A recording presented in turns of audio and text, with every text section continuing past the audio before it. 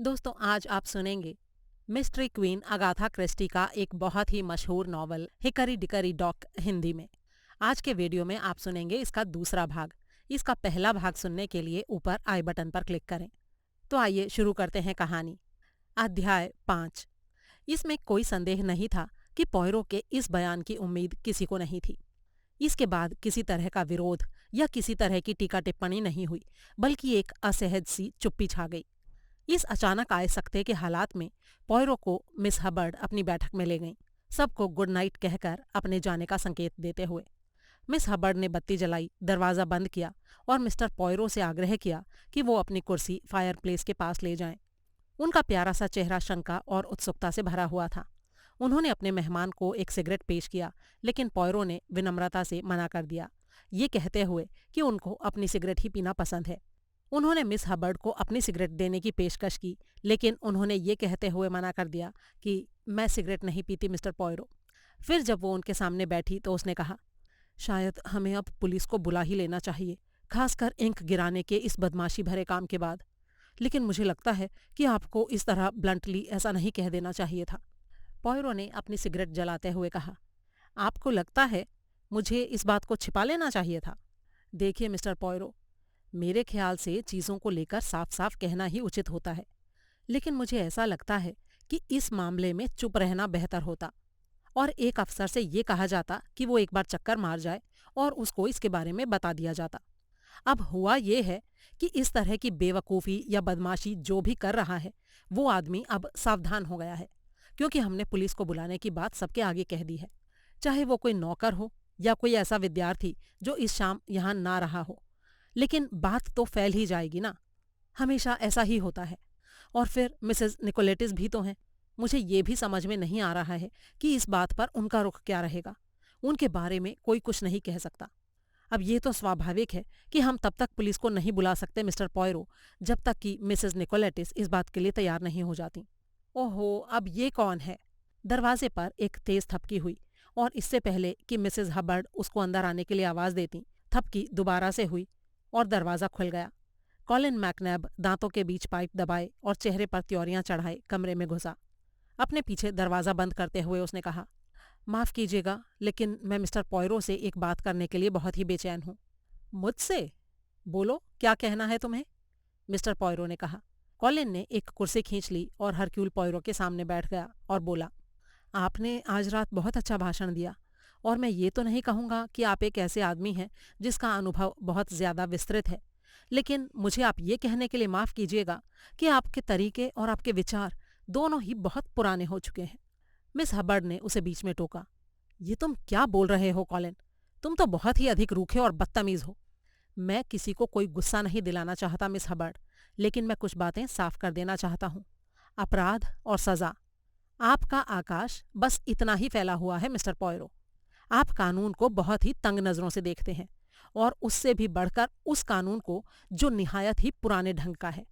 आजकल कानून को भी अपराध के नए नए तरीकों को ध्यान में रखना पड़ता है, इसलिए कारण ज़्यादा इम्पॉर्टेंट होते हैं मिस्टर पॉयरो।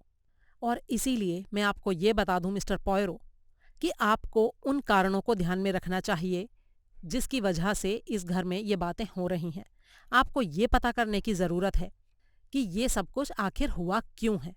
और हाँ, आपको अपराधी की साइकोलॉजी को भी ध्यान में रखने की ज़रूरत है। मिस हबर्ड ने फिर से टोका, ये तुम्हारी साइकोलॉजी वाली बकवास फिर से शुरू हो गई। मेरे अंदर इस तरह की बातों के लिए बिल्कुल भी धीरज नहीं है कॉलिन। कॉलिन ने थोड़ा डपटने वाले अंदाज में कहा, ऐसा इसलिए है मिस हबर्ड क्योंकि आप इसके बारे में कुछ भी जानते ही नहीं हैं। लेकिन मेरी इन चीज़ों में दिलचस्पी है, और मैं आपको भी बता दूं मिस्टर पॉयरो कि मैं इस समय साइकोलॉजी और सकाइट्री दोनों में मास्टर्स कर रहा हूँ।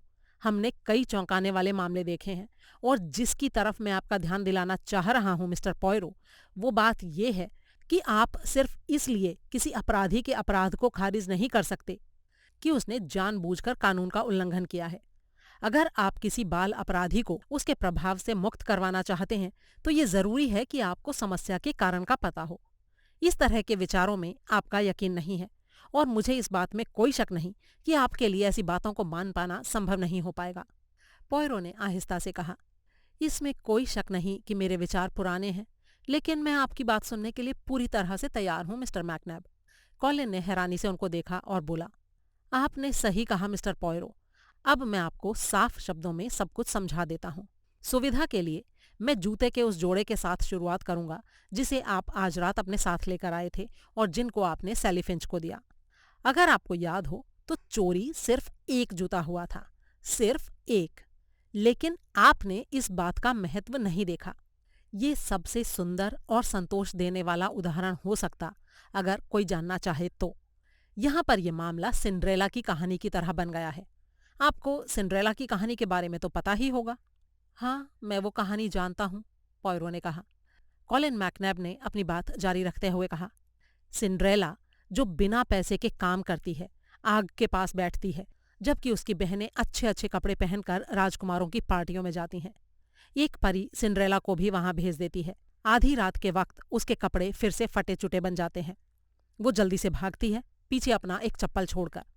इस तरह यहाँ हमारे पास एक ऐसा दिमाग है जो सिंड्रेला से अपनी तुलना करता है, जाहिर है अचेतन तौर पर। यहाँ हमारे सामने हताशा है, ईर्ष्या है, हीनता का भाव है। लड़की एक चप्पल चुरा लेती है। क्यों? पॉयरो ने उसे बीच में ही टोका। क्या ये जरूरी है कि वो लड़की ही है? इससे ज्यादा स्वाभाविक क्या और कुछ हो सकता है मिस्टर पॉयरो? ये बात किसी भी जासूस के सामने एकदम स्पष्ट होनी चाहिए, लेकिन लगता है आपको ये बात समझ में नहीं आ रही है। आप उस लड़की के मनोविज्ञान को समझने की कोशिश कीजिए। शायद वो खुद भी इस बात को नहीं जानती हो कि उसने ऐसा क्यों किया, लेकिन मन ही मन उसकी इच्छा ऐसी ही रही हो।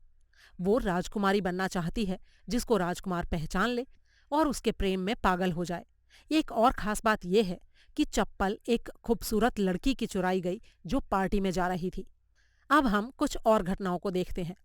सामान उठाने वाली सिर्फ खूबसूरत चीजों को ही चुरा रही है, हर वो चीज जिसका संबंध लड़कियों की सुंदरता से है। पाउडर, लिपस्टिक, झुमके, ब्रेसलेट, अंगूठी। यहाँ इन सारी बातों के दो अर्थ हैं। लड़की ये चाहती है कि वो नजर में आ जाए। हो सकता है वो ये भी चाहती हो कि उसे सजा मिले, जैसे कि बाल अपराध के मामलों में अक्सर होता है। ये वैसी चीजें नहीं हैं जिनको आप सामान्य तौर पर आपराधिक चोरियां कहें। इन चीजों की कीमतों की मांग नहीं है। ठीक उसी तरह जिस तरह से अच्छे घरों की औरतें डिपार्टमेंट स्टोर में जाती हैं और उन चीजों को चुरा लेती हैं जिनको वो आराम से खरीद सकती हैं। मिस हबर्ड ने लड़ाई वाले अंदाज में कहा, ये सब बकवास है कॉलिन। कुछ लोगों को ये बीमारी होती है, बस इतनी सी बात है। मिस हबर्ड की बातों को नजरअंदाज करते हुए पॉयरो ने कहा, अगर तुम्हारी बातें मान भी लें मिस्टर मैकनैब, तो भी चुराई गई चीजों में हीरे की एक अंगूठी भी तो थी, लेकिन वो लौटा दी गई थी। और स्टेथोस्कोप, उसके बारे में आप क्या कहेंगे मिस्टर मैकनैब? क्या वो भी महिलाओं के मतलब की चीज है? जी नहीं, सीधे तौर पर महिलाओं के मतलब की चीज नहीं है, लेकिन उसका कुछ और भी गहरा मनोवैज्ञानिक मतलब था। जो महिलाएं उतनी सुंदर नहीं होती हैं, उनको अपने कैरियर की तलाश में सुकून मिलता है। और कुकरी बुक के बारे में तुम क्या कहोगे? पॉयरो ने अगला सवाल किया। वो घरेलू जीवन का प्रतीक है, यानी पति और परिवार का। ओह, समझा। और बोरिक पाउडर? इस बार कॉलिन बुरी तरह से चिढ़ गया। माय डियर मिस्टर पॉयरो, किसी ने भी बोरिक पाउडर नहीं चुराया था। कोई क्यों चुराएगा भला? पॉयरो ने बड़े ही शांत स्वर में जवाब दिया। यही मैंने खुद से भी पूछा था। मुझे ये बात स्वीकार कर लेनी चाहिए मिस्टर मैकनैब कि लगता है आपके पास हर बात का जवाब है। अच्छा, मुझे ये समझाइए कि फला लेन की पुरानी पैंट को चुराने का क्या महत्व था? मेरे ख्याल से वो आपकी ही पैंट थी। पहली बार कॉलिन थोड़ा असहज सा दिखा। वो थोड़ा सा शर्माया और फिर उसने अपना गला खंखारते हुए कहा, मैं उसके बारे में आपको समझा सकता हूँ, लेकिन ये थोड़ा पेचीदा मामला है और शायद थोड़ा शर्मनाक भी। अचानक पॉयरो ने आगे झुककर उस नौजवान के घुटनों को थपथपाया। फिर धीरे से कहा, और दूसरे विद्यार्थियों के कागजों पर स्याही छिड़क देना, सिल्क के स्कार्फ को काट डालना, इन चीजों में आपको कोई मनोवैज्ञानिक बेचैनी नहीं दिखाई देती है मिस्टर मैकनैब? कॉलिन के व्यवहार में अचानक से बदलाव आ गया। उसने कहा, हाँ, इनमें भी बेचैनी है। मेरा यकीन कीजिए, पक्के तौर पर है। ये गंभीर बात है, इसका तुरंत इलाज होना चाहिए। लेकिन मेडिकल इलाज, ये पुलिस का मामला नहीं है। अगर मुझे मौका दिया जाए। पॉयरो ने उसे बीच में ही टोक दिया। तो क्या तुम जानते हो कि वो कौन है? जी हाँ, मुझे पक्का शक है। पॉयरो ऐसे बुदबुदाने लगे जैसे कुछ दोहरा रहे हों। एक लड़की जो लड़कों के मामले में बहुत सफल नहीं हो पाई, एक शर्मीली लड़की, एक प्यारी लड़की, एक ऐसी लड़की जिसका दिमाग देर से प्रतिक्रिया करता है, एक ऐसी लड़की जो हताश और अकेला महसूस करती है। तभी दरवाजे पर आवाज हुई और पॉयरो बोलते बोलते रुक गए। कम इन, मिस हबर्ड ने कहा। दरवाज़ा खुला और सीलिया ऑस्टिन अंदर आई। उसने कॉलिन को दुखी आंखों से देखा। ओह, मुझे ये नहीं पता था कि तुम यहाँ हो। मैं तो आई थी। इतना कहकर उसने एक गहरी सांस ली और मिस हबर्ड की तरफ दौड़ पड़ी। Please please miss Hubbard, police को मत बुलाइए। वो मैं ही हूँ। मैं ही उन चीज़ों को चुरा रही थी, पता नहीं क्यों। मैं कल्पना भी नहीं कर सकती और मैं चाहती भी नहीं। ये बस अपने आप ही हो गया, पता नहीं कैसे। फिर उसने कॉलिन पर गुर्राते हुए कहा, तो अब तुमको पता चल गया ना कि मैं किस तरह की हूँ, और मुझे लगता है तुम मुझसे कभी भी बात नहीं करोगे। मैं जानती हूँ कि मैं बुरी लड़की हूँ। कॉलिन ने गर्मजोशी से भरी दोस्ताना आवाज में कहा, अरे नहीं, बिल्कुल नहीं। तुम थोड़ी सी अजीब हो बस। इससे ज्यादा और कोई बात नहीं है। मैं तुम्हें बिल्कुल भी बुरी लड़की नहीं समझता। ये ना एक तरह की बीमारी होती है जो तुमको है, चीजों को साफ तरह से नहीं देख पाने की। अगर तुम मेरे ऊपर यकीन करो सेलिया, तो मैं तुमको जल्दी ही ठीक कर सकता हूँ। क्या सच में कॉलिन? मैं तो बहुत बुरी तरह से चिंता में पड़ गई थी। कॉलिन ने उसका हाथ अपने हाथ में ऐसे ले लिया जैसे बड़े बूढ़े बच्चों का हाथ थाम लेते हैं। कुर्सी से खड़े होते हुए उसने सेलिया के हाथों को अपनी बाहों में लिया और सख्ती के साथ मिस हबर्ड को देखते हुए कहा, अब तुम्हें चिंता करने की कोई बात नहीं है सेलिया। मैं उम्मीद करता हूँ कि अब पुलिस को बुलाने जैसी बेवकूफ़ी भरी बातें अब यहाँ नहीं होंगी। किसी भी ऐसी चीज़ की चोरी नहीं हुई है जिसकी कोई खास कीमत हो, और सेलिया ने जो कुछ भी लिया है वो उसे लौटा देगी। सेलिया ने बेचैन स्वर में कहा, हाँ लौटा दूंगी, लेकिन मैं ब्रेसलेट और पाउडर नहीं लौटा सकती। मैंने उनको नाली में बहा दिया था, लेकिन मैं ये चीज़ें खरीद कर दे सकती हूँ। पॉयरो ने अजीब सा सवाल किया, और स्टेथोस्कोप, उसको तुमने कहाँ रखा है? सेलिया थोड़ा शर्मा गई। जी, मैंने कोई स्टेथोस्कोप नहीं लिया। मैं भला उसका क्या करती? और एलिजाबेथ के कागजों पर स्याही भी मैंने नहीं उडेली थी। मैं इस तरह की घटिया हरकतें नहीं करती कभी। लेकिन आपने मिस हबहाउस के स्कार्फ को तो काट डाला था मिस, पॉयरो ने कहा। सेलिया थोड़ा असहज हो गई। उसने कहा, वो अलग बात थी। मेरा मतलब है, वैलेरी को बुरा नहीं लगा उस बात का। और आपने रक्सैक क्यों काटा मिस?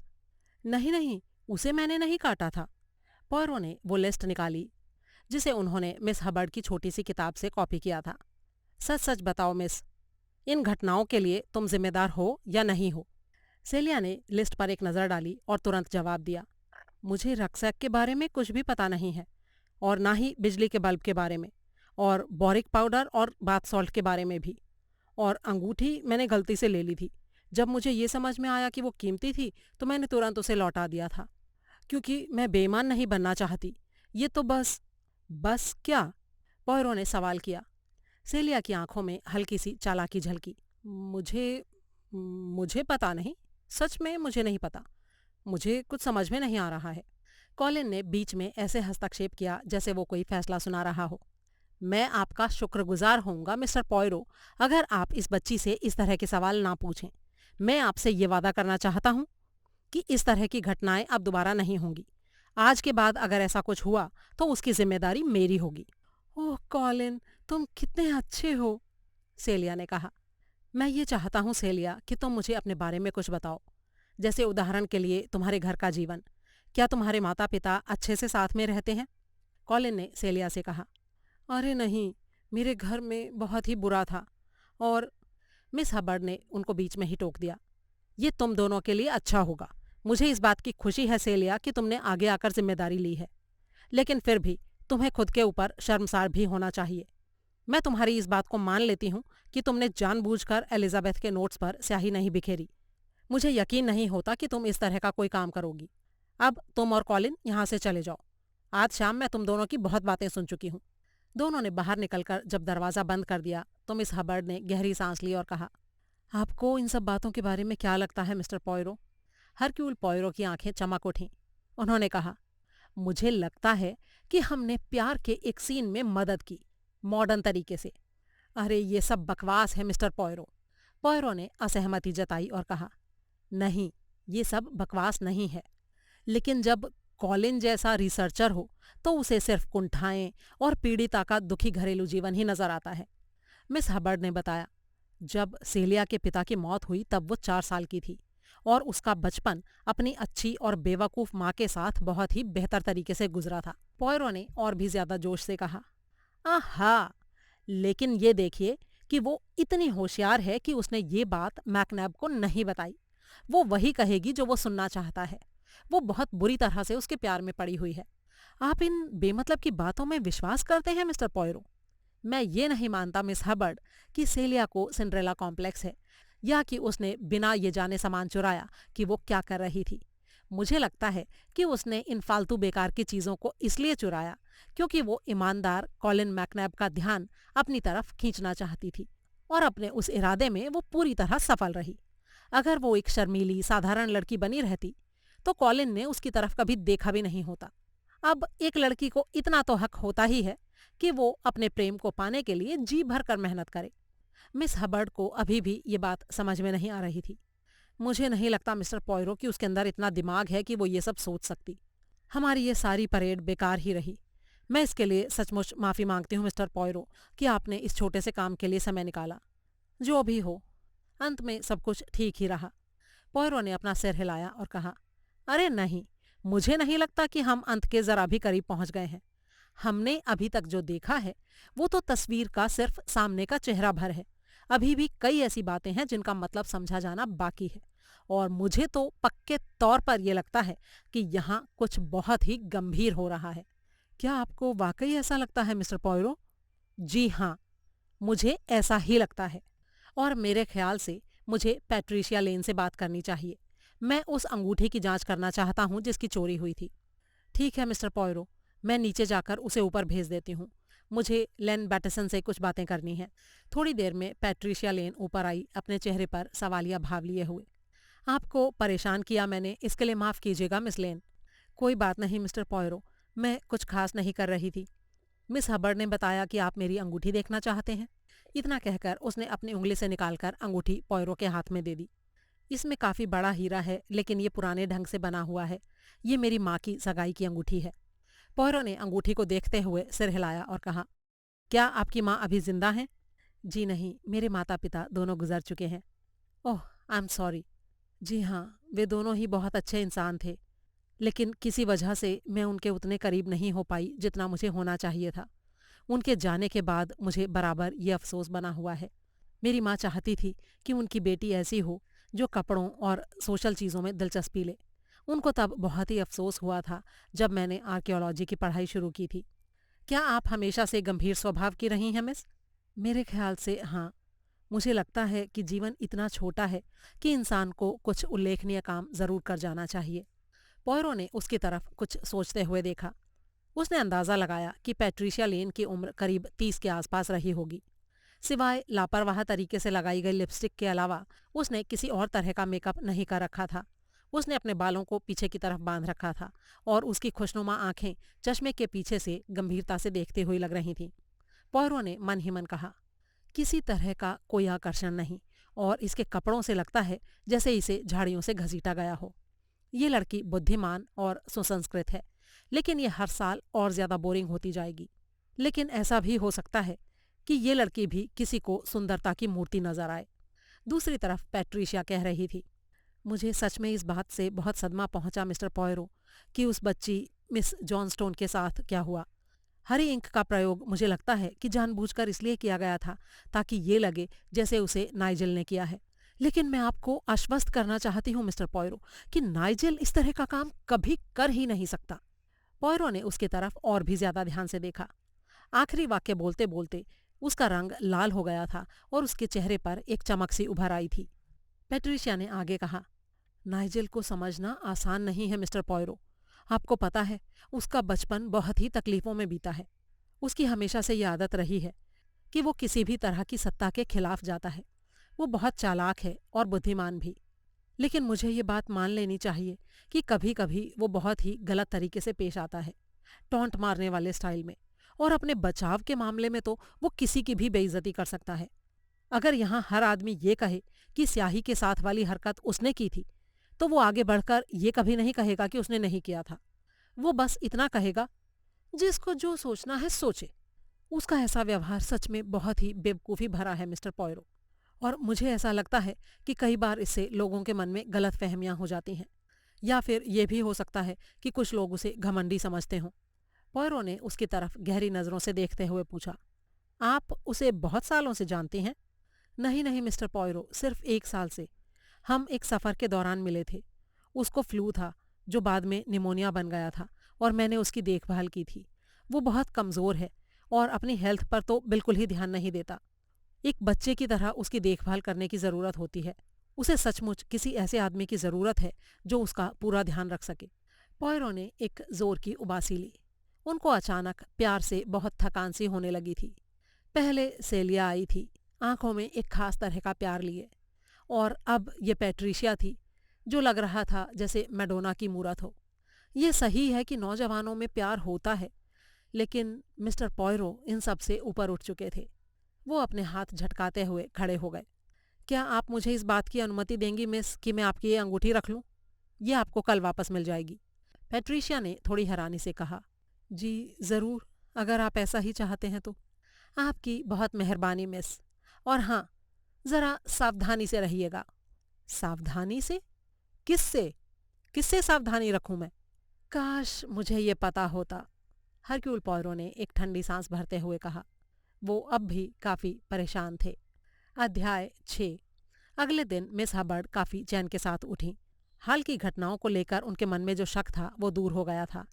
एक नादान लड़की जो बेवकूफ़ी भरी हरकतें कर रही थी, इन सब के लिए जिम्मेदार थी, और आगे से अब ऐसा कुछ नहीं होने वाला था। आराम के साथ नाश्ते के लिए नीचे उतरते हुए मिस हबर्ड ने पाया कि उन्होंने जो नई नई शांति महसूस की थी वो भंग हो रही थी। सारे विद्यार्थी उनको अपनी तरफ खींचने में लगे हुए थे। मिस्टर चंद्रलाल ने जब से ये सुना था कि एलिजाबेथ के कागजों को खराब कर दिया गया, तब से वो कुछ ना कुछ बोल रहा था। ये तो नस्लीय भेदभाव का बहुत ही बड़ा उदाहरण है, नस्लीय पूर्वाग्रह और अपमान का। हम ये नहीं सहन करेंगे। मिस हबर्ड ने तेजी से कहा। मिस्टर चंद्रलाल, तुमको इस तरह की बातें नहीं करनी चाहिए। कोई भी नहीं जानता है कि ऐसा किसने किया और क्यों किया। जहाँ टॉमलिंसन ने कहा। लेकिन मिस हबर्ड, मुझे तो लगा कि सेलिया अपने आप आपके पास आई थी और उसने अपना अपराध कबूल कर लिया। मुझे लगता है कि उसने ये बहुत अच्छा काम किया और हम सबको उसका आभारी होना चाहिए। वेलेरी हॉबहाउस ने गुस्से भरे स्वर में कहा। तुमको तो घिनौने ढंग से व्यवहार करना चाहिए ज्या, और मुझे लगता है कि ऐसा कहना बहुत ही निर्दयता होगी। ज्या ने तीखा जवाब दिया। नाइजल ने थोड़ा कांपते हुए कहा। अपना अपराध कबूल कर लिया, ये कितना घिनौना शब्द है। तुम्हें ऐसा नहीं कहना चाहिए ज्या। क्यों भाई, क्यों ना कहूं? ऑक्सफोर्ड ग्रुप भी इसका इस्तेमाल करता है। मैंने कर लिया तो कौन सी बुराई हो गई? ओ फॉर गॉड सेक, क्या हमने नाश्ते पर ऑक्सफोर्ड ग्रुप को बुलाया है? ये सब क्या हो रहा है माँ? सीलिया के लिए ऐसी सब बातें कही जा रही हैं। क्या इसीलिए वो नाश्ते के लिए नीचे नहीं आई है? मुझे तो कुछ भी समझ में नहीं आ रहा है। जितने लोग वहां मौजूद थे वो सब अपनी अपनी राय देने में लगे हुए थे। लेन बैटसन ने कहा। बेचारी लड़की, क्या उसे कोई परेशानी थी या फिर कुछ और बात थी जो उसने ऐसा किया? सैली ने धीरे से कहा। मुझे तो ना ये सुन के जरा भी हैरानी नहीं हुई। मुझे तो हमेशा से यही लगता था कि वही लड़की यही कर रही है। एलिजाबेथ जॉनस्टोन ने थोड़े हैरानी भरे स्वर में कहा। क्या तुम ये कह रहे हो कि सेलिया ने मेरे नोट्स पर स्याही उंडेली? इस बात पर यकीन करना तो मुश्किल है। मिस हबर्ड ने उनको टोका और कहा। सेलिया ने तुम्हारे नोट्स पर स्याही नहीं छिड़की थी, और मैं ये चाहती हूं कि तुम सब लोग इस बात पर चर्चा करना बिल्कुल बंद कर दो। मैं इसके बारे में तुम लोगों को बाद में खामोशी से सब कुछ बता दूंगी, लेकिन अभी के लिए चुप हो जाओ। वेलेरी फिर से बीच में कूदी।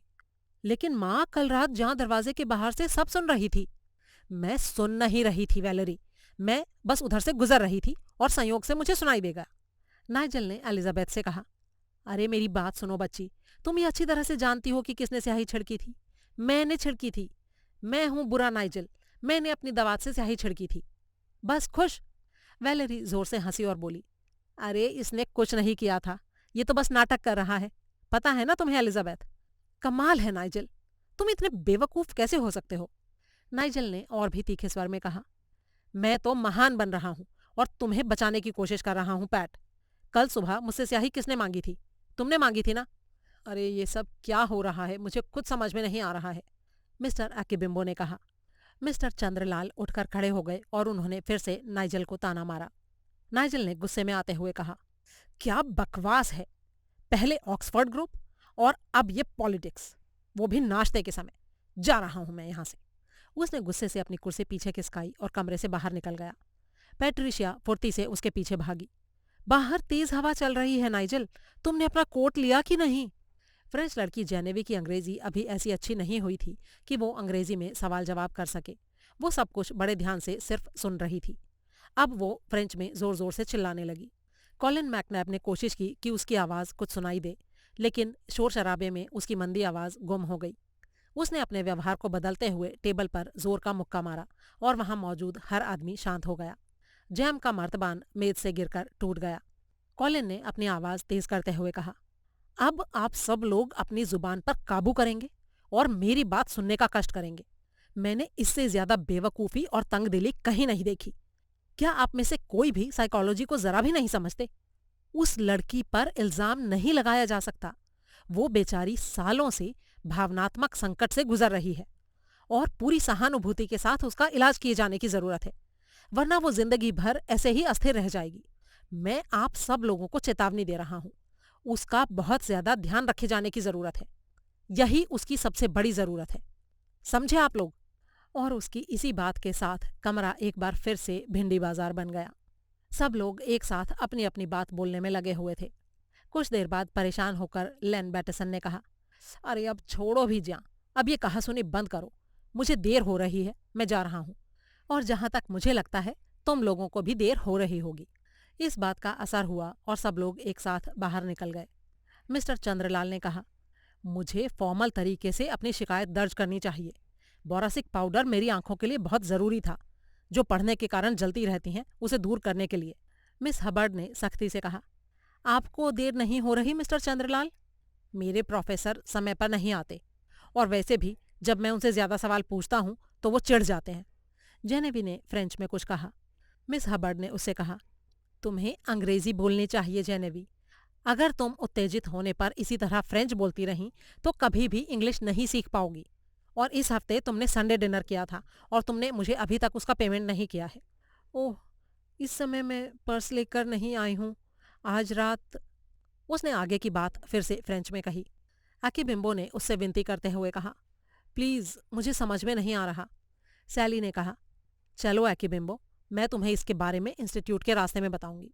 उसने मिस हबर्ड की तरफ देखकर सिर हिलाया और भौचक्के से अकीबिम्बो को कमरे से बाहर लेकर चली गई।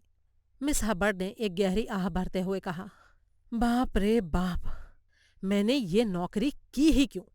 अब कमरे में अकेली वैलेरी बची हुई थी। उसने झूठ मूठ का गुस्सा दिखाते हुए कहा, चिंता मत करो माँ, अच्छा हुआ कि सब कुछ सामने आ गया, वरना हर कोई अंदाजे लगाने में लगा हुआ था। मुझे तो बहुत ही हैरानी हुई कि वो सेलिया निकली। क्या तुमको नहीं हुई वैलेरी? मिस हबर्ड ने पूछा। वैलेरी ने खोई खोई सी आवाज में कहा, हाँ सच में मुझे सोचना चाहिए था इस बारे में। क्या तुम यही सोच रही थी? दरअसल मिस हबर्ड, मुझे एक दो बातों से थोड़ी हैरानी होती है। जब उसे कॉलिन की जरूरत होती है वो उसे पा लेती है। मिस हबर्ड ने भी हाँ में हाँ मिलाई।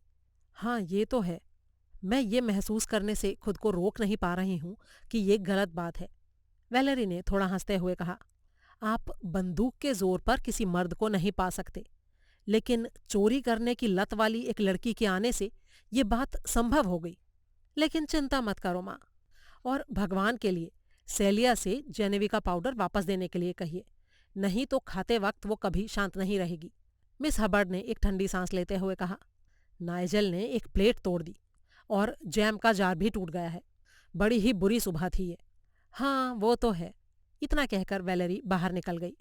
मिस हबर्ड ने सुना कि वो हॉल में चहकते हुए कह रही थी, गुड मॉर्निंग सेलिया, कोस्ट क्लियर हो चुका है, सभी को पता चल चुका है, और महान ज्या के कहने पर तुम्हें सब चीजों के लिए माफी मिल चुकी है। जहां तक कॉलिन की बात है तो वो तो तुम्हारी तरफ से शेर की तरह दहाड़ रहा था। कुछ पल बाद सेलिया डाइनिंग रूम में आई। उसकी आंखें रो रो कर लाल हो चुकी थीं। मिस हबर्ड ने उसे देखकर कहा, तुम बहुत देर से आई सेलिया, कॉफी ठंडी हो चुकी है और खाने के लिए भी ज्यादा कुछ बचा नहीं है। मैं बाकी लोगों से मिलना नहीं चाहती थी मिस हबर्ड। वो तो मैं समझ गई, लेकिन आज नहीं तो कल तुमको सबसे मिलना तो होगा ही ना। जी हाँ मैं जानती हूँ, लेकिन मुझे लगा कि शाम होने तक थोड़ी सहूलियत हो जाएगी मुझे, और वैसे भी मैं यहाँ नहीं रहूँगी। इस हफ्ते के आखिर तक मैं यहाँ से चली जाऊंगी। मिस हबर्ड की त्योरियां चढ़ गईं। मुझे नहीं लगता सेलिया कि इसकी कोई जरूरत है। थोड़ी बहुत तो नाराजगी रहेगी, जो ठीक भी है, लेकिन ये सभी लोग बड़े ही अच्छे स्वभाव के हैं, इसलिए तुम्हें इतना फिक्र करने की जरूरत नहीं है।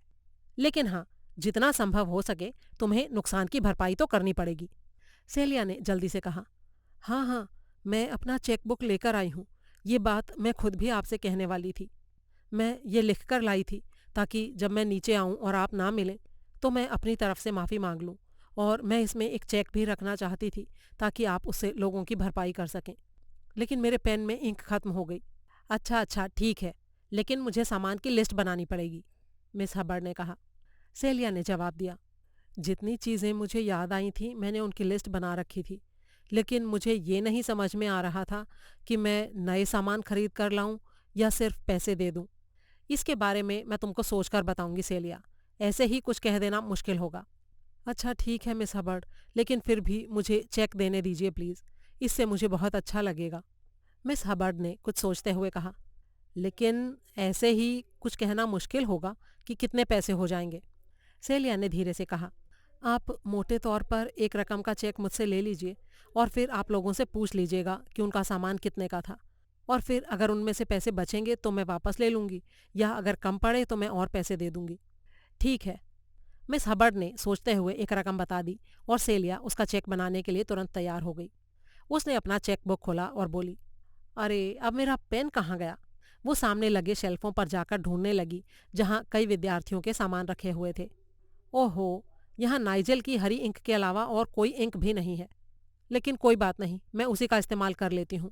नाइजेल को बुरा नहीं लगेगा, और मैं इस बात को याद रखूंगी कि जब मैं बाजार जाऊं तो क्विंक की एक इंक की बोतल भी ले आऊं। उसने पेन में स्याही भरी और उससे चेक पर साइन कर दिए। फिर उसे मिस हबर्ड को देते हुए अपनी घड़ी की तरफ देखा। मुझे देर हो जाएगी, अच्छा तो यही होगा कि मैं नाश्ते के लिए ना रुकूं। नहीं सेलिया, अच्छा ये होगा कि तुम कुछ खा लो, चाहे थोड़ा सा ब्रेड और बटर ही। खाली पेट बाहर जाना अच्छा नहीं होता। तभी इटालियन कामवाली का पति जेरोमिनो कमरे में आकर अपने हाथों से कुछ इशारे करने लगा। उसका झुर्रीदार चेहरा बड़ा ही हास्यास्पद दिखाई दे रहा था। उसने आखिरी बार इशारा करते हुए ये कहा, मालकिन अभी अभी आई हैं, आपसे मिलना चाहती हैं, एकदम पागल सी लग रही हैं। आती हूँ, कहकर मिस हबर्ड कमरे से बाहर निकल गईं, जबकि सेलिया जल्दी जल्दी खाने में लग गई। मिसेस निकोलेटिस अपने कमरे में ऐसे चक्कर काट रही थीं जैसे किसी चिड़ियाघर में शेर खाने के वक्त चक्कर काटता है। मिस हबर्ड को देखते ही वो बुरी तरह से बिफर पड़ी। ये मैं क्या सुन रही हूँ? तुमने पुलिस को बुलवाने के लिए कहा था, बिना मुझसे पूछे। तुम अपने आप को समझती क्या हो? लेकिन मैंने पुलिस को नहीं बुलवाया मिसेस निकोलेटिस। अच्छा, अब तुम झूठ बोल रही हो। आप मुझसे इस तरह से बात नहीं कर सकती हैं मिसेस निकोलेटिस। हाँ हाँ, मैं तो कुछ कर ही नहीं सकती। जो कुछ करना है वो तो तुम ही करोगी। मैं तो हमेशा गलत होती हूँ, और तुम जो भी करती हो वो सब हमेशा सही होता है। लेकिन मैं तुम्हें बोल देती हूँ, मेरे इज्जतदार घर में कभी पुलिस नहीं आएगी, मिस हबर्ड ने जवाब दिया। लेकिन ऐसा पहली बार तो नहीं हो रहा है ना? जरा उन पुरानी घटनाओं को याद कीजिए। वेस्ट इंडीज का वो स्टूडेंट जो गलत तरीके से कमाए गए पैसे से रहता था, और फिर वो बदमाश यंग कम्युनिस्ट जो किसी और नाम से रह रहा था यहाँ। और मिसेस निकोलेटिस ने उनकी बात बीच में ही काट दी और चिल्लाई, तो ये मेरी गलती है कि लोग यहाँ आते हैं और मुझसे झूठ बोलते हैं, गलत कागजात पेश करते हैं और न जाने कैसी कैसी धोखाधड़ियां करते हैं, और ऊपर से तुम मुझे ही उलाहना दे रही हो उन बातों का। देखिए, मैं ऐसा कुछ नहीं कर रही हूँ। मैं सिर्फ इस बात की तरफ आपका ध्यान दिलाना चाह रही हूँ कि ये कोई नई बात नहीं है कि इस घर में पुलिस आए। जहाँ पर अलग अलग नस्लों के विद्यार्थी रहते हों, वहाँ पर ऐसा होना कोई बड़ी बात नहीं होती। लेकिन सच्चाई ये है कि किसी ने भी पुलिस को नहीं बुलाया था। एक मशहूर डिटेक्टिव जरूर कल रात यहाँ मेरे मेहमान बनकर आए थे। उन्होंने विद्यार्थियों के बीच क्रिमिनोलॉजी के ऊपर बड़ा अच्छा लेक्चर भी दिया था। वाह वाह, ऐसा लगता है हमारे स्टूडेंट्स को क्रिमिनोलॉजी पर भाषण सुनने की ही जरूरत थी। क्या वो सब कुछ पहले से अच्छी तरह नहीं जानते हैं? बहुत चोरी और बर्बादी हो चुकी, और अभी तक भी तुमने उस दिशा में कुछ नहीं किया है। ऐसा नहीं है मिसेस निकोलेटिस, मैंने इस बारे में बहुत कुछ किया है। हाँ, बहुत कुछ किया है। तुमने अपने उस दोस्त को हमारी बहुत सारी अंदर की बातें बताई हैं। ये विश्वास तोड़ने वाली बात है। बिल्कुल नहीं मिसेस निकोलेटिस। मेरे ऊपर इस जगह को चलाने की जिम्मेदारी है और मुझे आपको ये बताते हुए खुशी हो रही है कि ये मामला अब सुलझ चुका है। एक लड़की ने इस बात को स्वीकार कर लिया है कि ज्यादातर घटनाओं में उसका हाथ था। ओह, तब तो वो बहुत ही बुरी लड़की है। उसे सड़क पर फेंकवा दो। मिस हबर्ड ने पहले से भी ज्यादा शांति से कहा। वो अपनी मर्जी से ही घर छोड़कर जाना चाहती है और साथ ही वो सबके नुकसान की पूरी भरपाई भी कर रही है। लो, अब उससे भला क्या होगा? मेरे इस इतने खूबसूरत हॉस्टल की कितनी बदनामी होगी। यहाँ कोई भी नहीं आएगा। मेरी भावनाओं को तो कोई समझता ही नहीं है। मैं क्या करूं? मेरे साथ जिस तरह का व्यवहार किया जाता है वो बहुत ही गलत है। मुझे हर बात में नजरअंदाज कर दिया जाता है, एक किनारे कर दिया जाता है। अगर कल मैं मर गई तो मेरी परवाह कौन करेगा, मिस हबर्ड? इस सवाल का कोई जवाब दिए बिना ही मिस हबर्ड रसोई में मारिया से बात करने चली गई। मारिया बहुत ही बदमिजाज थी और बिल्कुल भी सहयोग नहीं करती थी। पुलिस वाली बात के ऊपर उसने भी हंगामा खड़ा कर दिया। अब ये लो, यहाँ पुलिस आएगी और होगा क्या? आरोप तो हमारे ऊपर लगाए जाएंगे, मेरे और जेरोमिनो के ऊपर। विदेश की धरती पर भला न्याय की उम्मीद की भी कैसे जा सकती है? गरीब आदमी के लिए तो कहीं भी न्याय नहीं है। जी नहीं, मैं वो रिसोर्टो नहीं बना सकती जो आपने कहा था। उन्होंने गलत चावल भेज दिया है। मैं स्पेगेटी बना दूंगी। लेकिन हमने कल रात को भी स्पेगेटी खाई थी, मिस हबर्ड ने कहा। तो उससे क्या फर्क पड़ता है? मेरे देश में तो स्पेगेटी रोज ही खाते हैं। पास्ता तो हर वक्त अच्छा ही लगता है। ठीक है, लेकिन इस समय तुम इंग्लैंड में हो, अपने देश में नहीं। अच्छा ठीक है, तो मैं एस्ट्यू बना देती हूँ। इंग्लिश एस्ट्यू आपको अच्छा नहीं लगेगा, लेकिन मैं बना दूंगी फिर भी, पीला पीला प्याज और मीट डालकर। मारिया ने ये बात इतने डरावने ढंग से कही कि मिस हबर्ड ने वहां से निकल जाने में ही अपनी भलाई समझी। अच्छा ठीक है, जो बनाना है बनाओ। उस शाम 6 बजे तक मिस हबर्ड फिर से अपने काम में तत्पर हो गई थीं। उन्होंने हर विद्यार्थी के कमरे में एक नोट लगा दिया था जिसमें यह लिखा हुआ था कि वे सब डिनर से पहले उनसे आकर मिल लें। और जब कई बुलावों के बाद वे लोग आए तो उन्होंने उनको बता दिया कि सेलिया ने कहा था कि मामले को सल्टा दिया जाए। ये बात सभी को काफ़ी अच्छी लगी, यहाँ तक कि जेनेवी भी शांत पड़ गई जब उसके पाउडर के लिए उदारता से दाम लगाए गए। उसने खुशी खुशी कहा, हाँ ऐसे ना कभी कभी हो जाता है। सेलिया पैसे वाली लड़की है, इसलिए उसे चोरी करने की ज़रूरत नहीं है। बस वैसे ही उसके दिमाग में कोई परेशानी चल रही थी, इसलिए उसने ऐसा कर लिया होगा। लगता है मिस्टर मैकनैब की बात ही सही है। जब डिनर बेल बजने के बाद मिस हबर्ड नीचे आईं तो लेन बैटसन उनको एक तरफ ले गया और बोला, मैं बाहर हॉल में सेलिया का इंतज़ार करूंगा और जब वो आ जाएगी तो उसे अंदर लेकर आऊंगा ताकि वो ये देख ले कि सब कुछ ठीक हो गया है। हाँ ठीक है, ये अच्छा रहेगा लेन, मिस हबर्ड ने कहा। थोड़ी देर बाद जब सूप का दौर चल रहा था तो लेन की आवाज़ हॉल में गूंजी, आओ आओ सेलिया, सभी दोस्त यहीं पर मौजूद हैं। नाइजल ने फुसफुसाते हुए कहा, इसने आज का अपना अच्छा काम कर लिया। लेकिन अपनी जुबान पर काबू करते हुए उसने सेलिया की तरफ अभिवादन के लिए हाथ आगे बढ़ाया जब वो लेन के साथ अंदर आई। लेन के लंबे हाथ उसके कंधों पर थे। उल्लास के माहौल में अलग अलग मुद्दों पर बातचीत होने लगी और सेलिया से सभी ने आराम से बात की। थोड़ी ही देर बाद अच्छे व्यवहार का ये दिखावा संदेह भरी चुप्पी में बदल गया। मिस्टर एक्कीबिम्बो ने अपना चमकता हुआ चेहरा सेलिया की तरफ घुमाया और टेबल की दूसरी तरफ झुकते हुए बोला, इन लोगों ने मुझे अच्छी तरह से समझाया है, लेकिन मैं समझ नहीं पाया। तुम सामान चुराने के मामले में बहुत ही चालाक हो। इतने दिनों तक किसी को पता नहीं चला। वाकई बहुत चालाक हो तुम। सैली फिंच को हंसी का दौरा सा पड़ गया। एक्कीबिम्बो, तुम मेरी मौत का कारण बनोगे गधे। और उसके गले में खाना इतनी बुरी तरह से फंस गया कि उसे संभालने के लिए बाहर हॉल में जाना पड़ा। और उसके बाद पूरा हॉल हंसी के ठहाकों से गूंज उठा। कॉलिन मैकनैब देरी से आया। वो कुछ चुप चुप सा था और बाकी दिनों से कम बोल रहा था। जब खाना खत्म होने वाला था तो वो खड़ा हुआ और शर्माए हुए अंदाज में बोलने लगा, मुझे बाहर जाकर किसी से मिलना है। मैं पहले तुम लोगों को बताना चाहता हूँ, सेलिया और मैं अगले साल अपने कोर्स खत्म होने पर शादी करने की सोच रहे हैं। शर्माते हुए उसने दोस्तों से बधाइयाँ ली और बाहर निकल गया, जबकि दूसरी तरफ सेलिया शांत बैठी रही। लेन बैटसन ने आह भरते हुए कहा, लो, एक और अच्छा आदमी गया काम से। पैट्रिशिया ने कहा, मुझे ये बात जानकर बड़ी खुशी हुई सेलिया। मुझे उम्मीद है कि तुम बहुत खुश रहोगी। कल हम लोग पीने के लिए थोड़ी चियांटी लाएंगे और तुम्हारी अच्छी जिंदगी की कामना करेंगे। एलिजाबेथ जॉनस्टोन ने अचानक अपनी आवाज ऊंची करते हुए कहा, कई बार कुछ बातें जो कही जाती हैं उनका कोई मतलब नहीं लगता, लेकिन हो सकता है कि उनका कोई बहुत गहरा मतलब हो। बाकी चीजें तो साफ हो गई हैं, लेकिन कुछ बातें अभी भी बाकी हैं। सेलिया ने विनती भरे अंदाज में कहा, ओह प्लीज, मुझे लगता है सच में कि कल शाम तक सब साफ हो जाएगा। मैं जानती हूँ तुम्हारा इशारा कागज पर स्याही और रक्सैक वाली घटना की तरफ है, और अगर मेरी ही तरह उस आदमी ने भी अपनी गलती मान ली जिसने ये सब किया है, तो फिर तो सब कुछ साफ हो जाएगा। वेलेरी ने धीरे से हंसते हुए कहा, हाँ बिल्कुल हो जाएगा, और फिर उसके बाद हम सब खुशी खुशी साथ साथ रहेंगे। फिर वे सब लोग खड़े हो गए और कॉमन रूम में चले गए। सेलिया को कॉफी देने के लिए एक तरह से होड़ सी मच गई। फिर वायरलेस चला दिया गया। कुछ विद्यार्थी अपने काम पर चले गए और आखिरकार 24 और 26 हिकरी रोड में रहने वाले लोग सोने चले गए। मिस हबर्ड ने सोते समय सोचा कि ये एक बहुत ही लंबा और उदास दिन था, लेकिन ईश्वर का शुक्र था कि अब सब ठीक हो गया था। अध्याय 7। मिस लेमन शायद ही कभी अपने नियत समय से देरी से पहुंचती थी। कोहरा, आंधी, फ्लू, बस में आई खराबी, उस असाधारण औरत को दुनिया की कोई चीज नहीं रोक पाती थी। लेकिन आज सुबह मिस लेमन ठीक 10 बजे के बजाय 5 मिनट देरी से आईं। उनकी सांसें फूल रही थीं और वो बुरी तरह से माफी मांग रही थीं। कुछ घबराई हुई भी लग रही थीं। मैं सचमुच बहुत शर्मिंदा हूँ मिस्टर पॉयरो, सच में बहुत शर्मिंदा हूँ। मैं फ्लैट से निकलने ही वाली थी कि मेरी बहन का फोन आ गया। वो बहुत ही परेशान थी।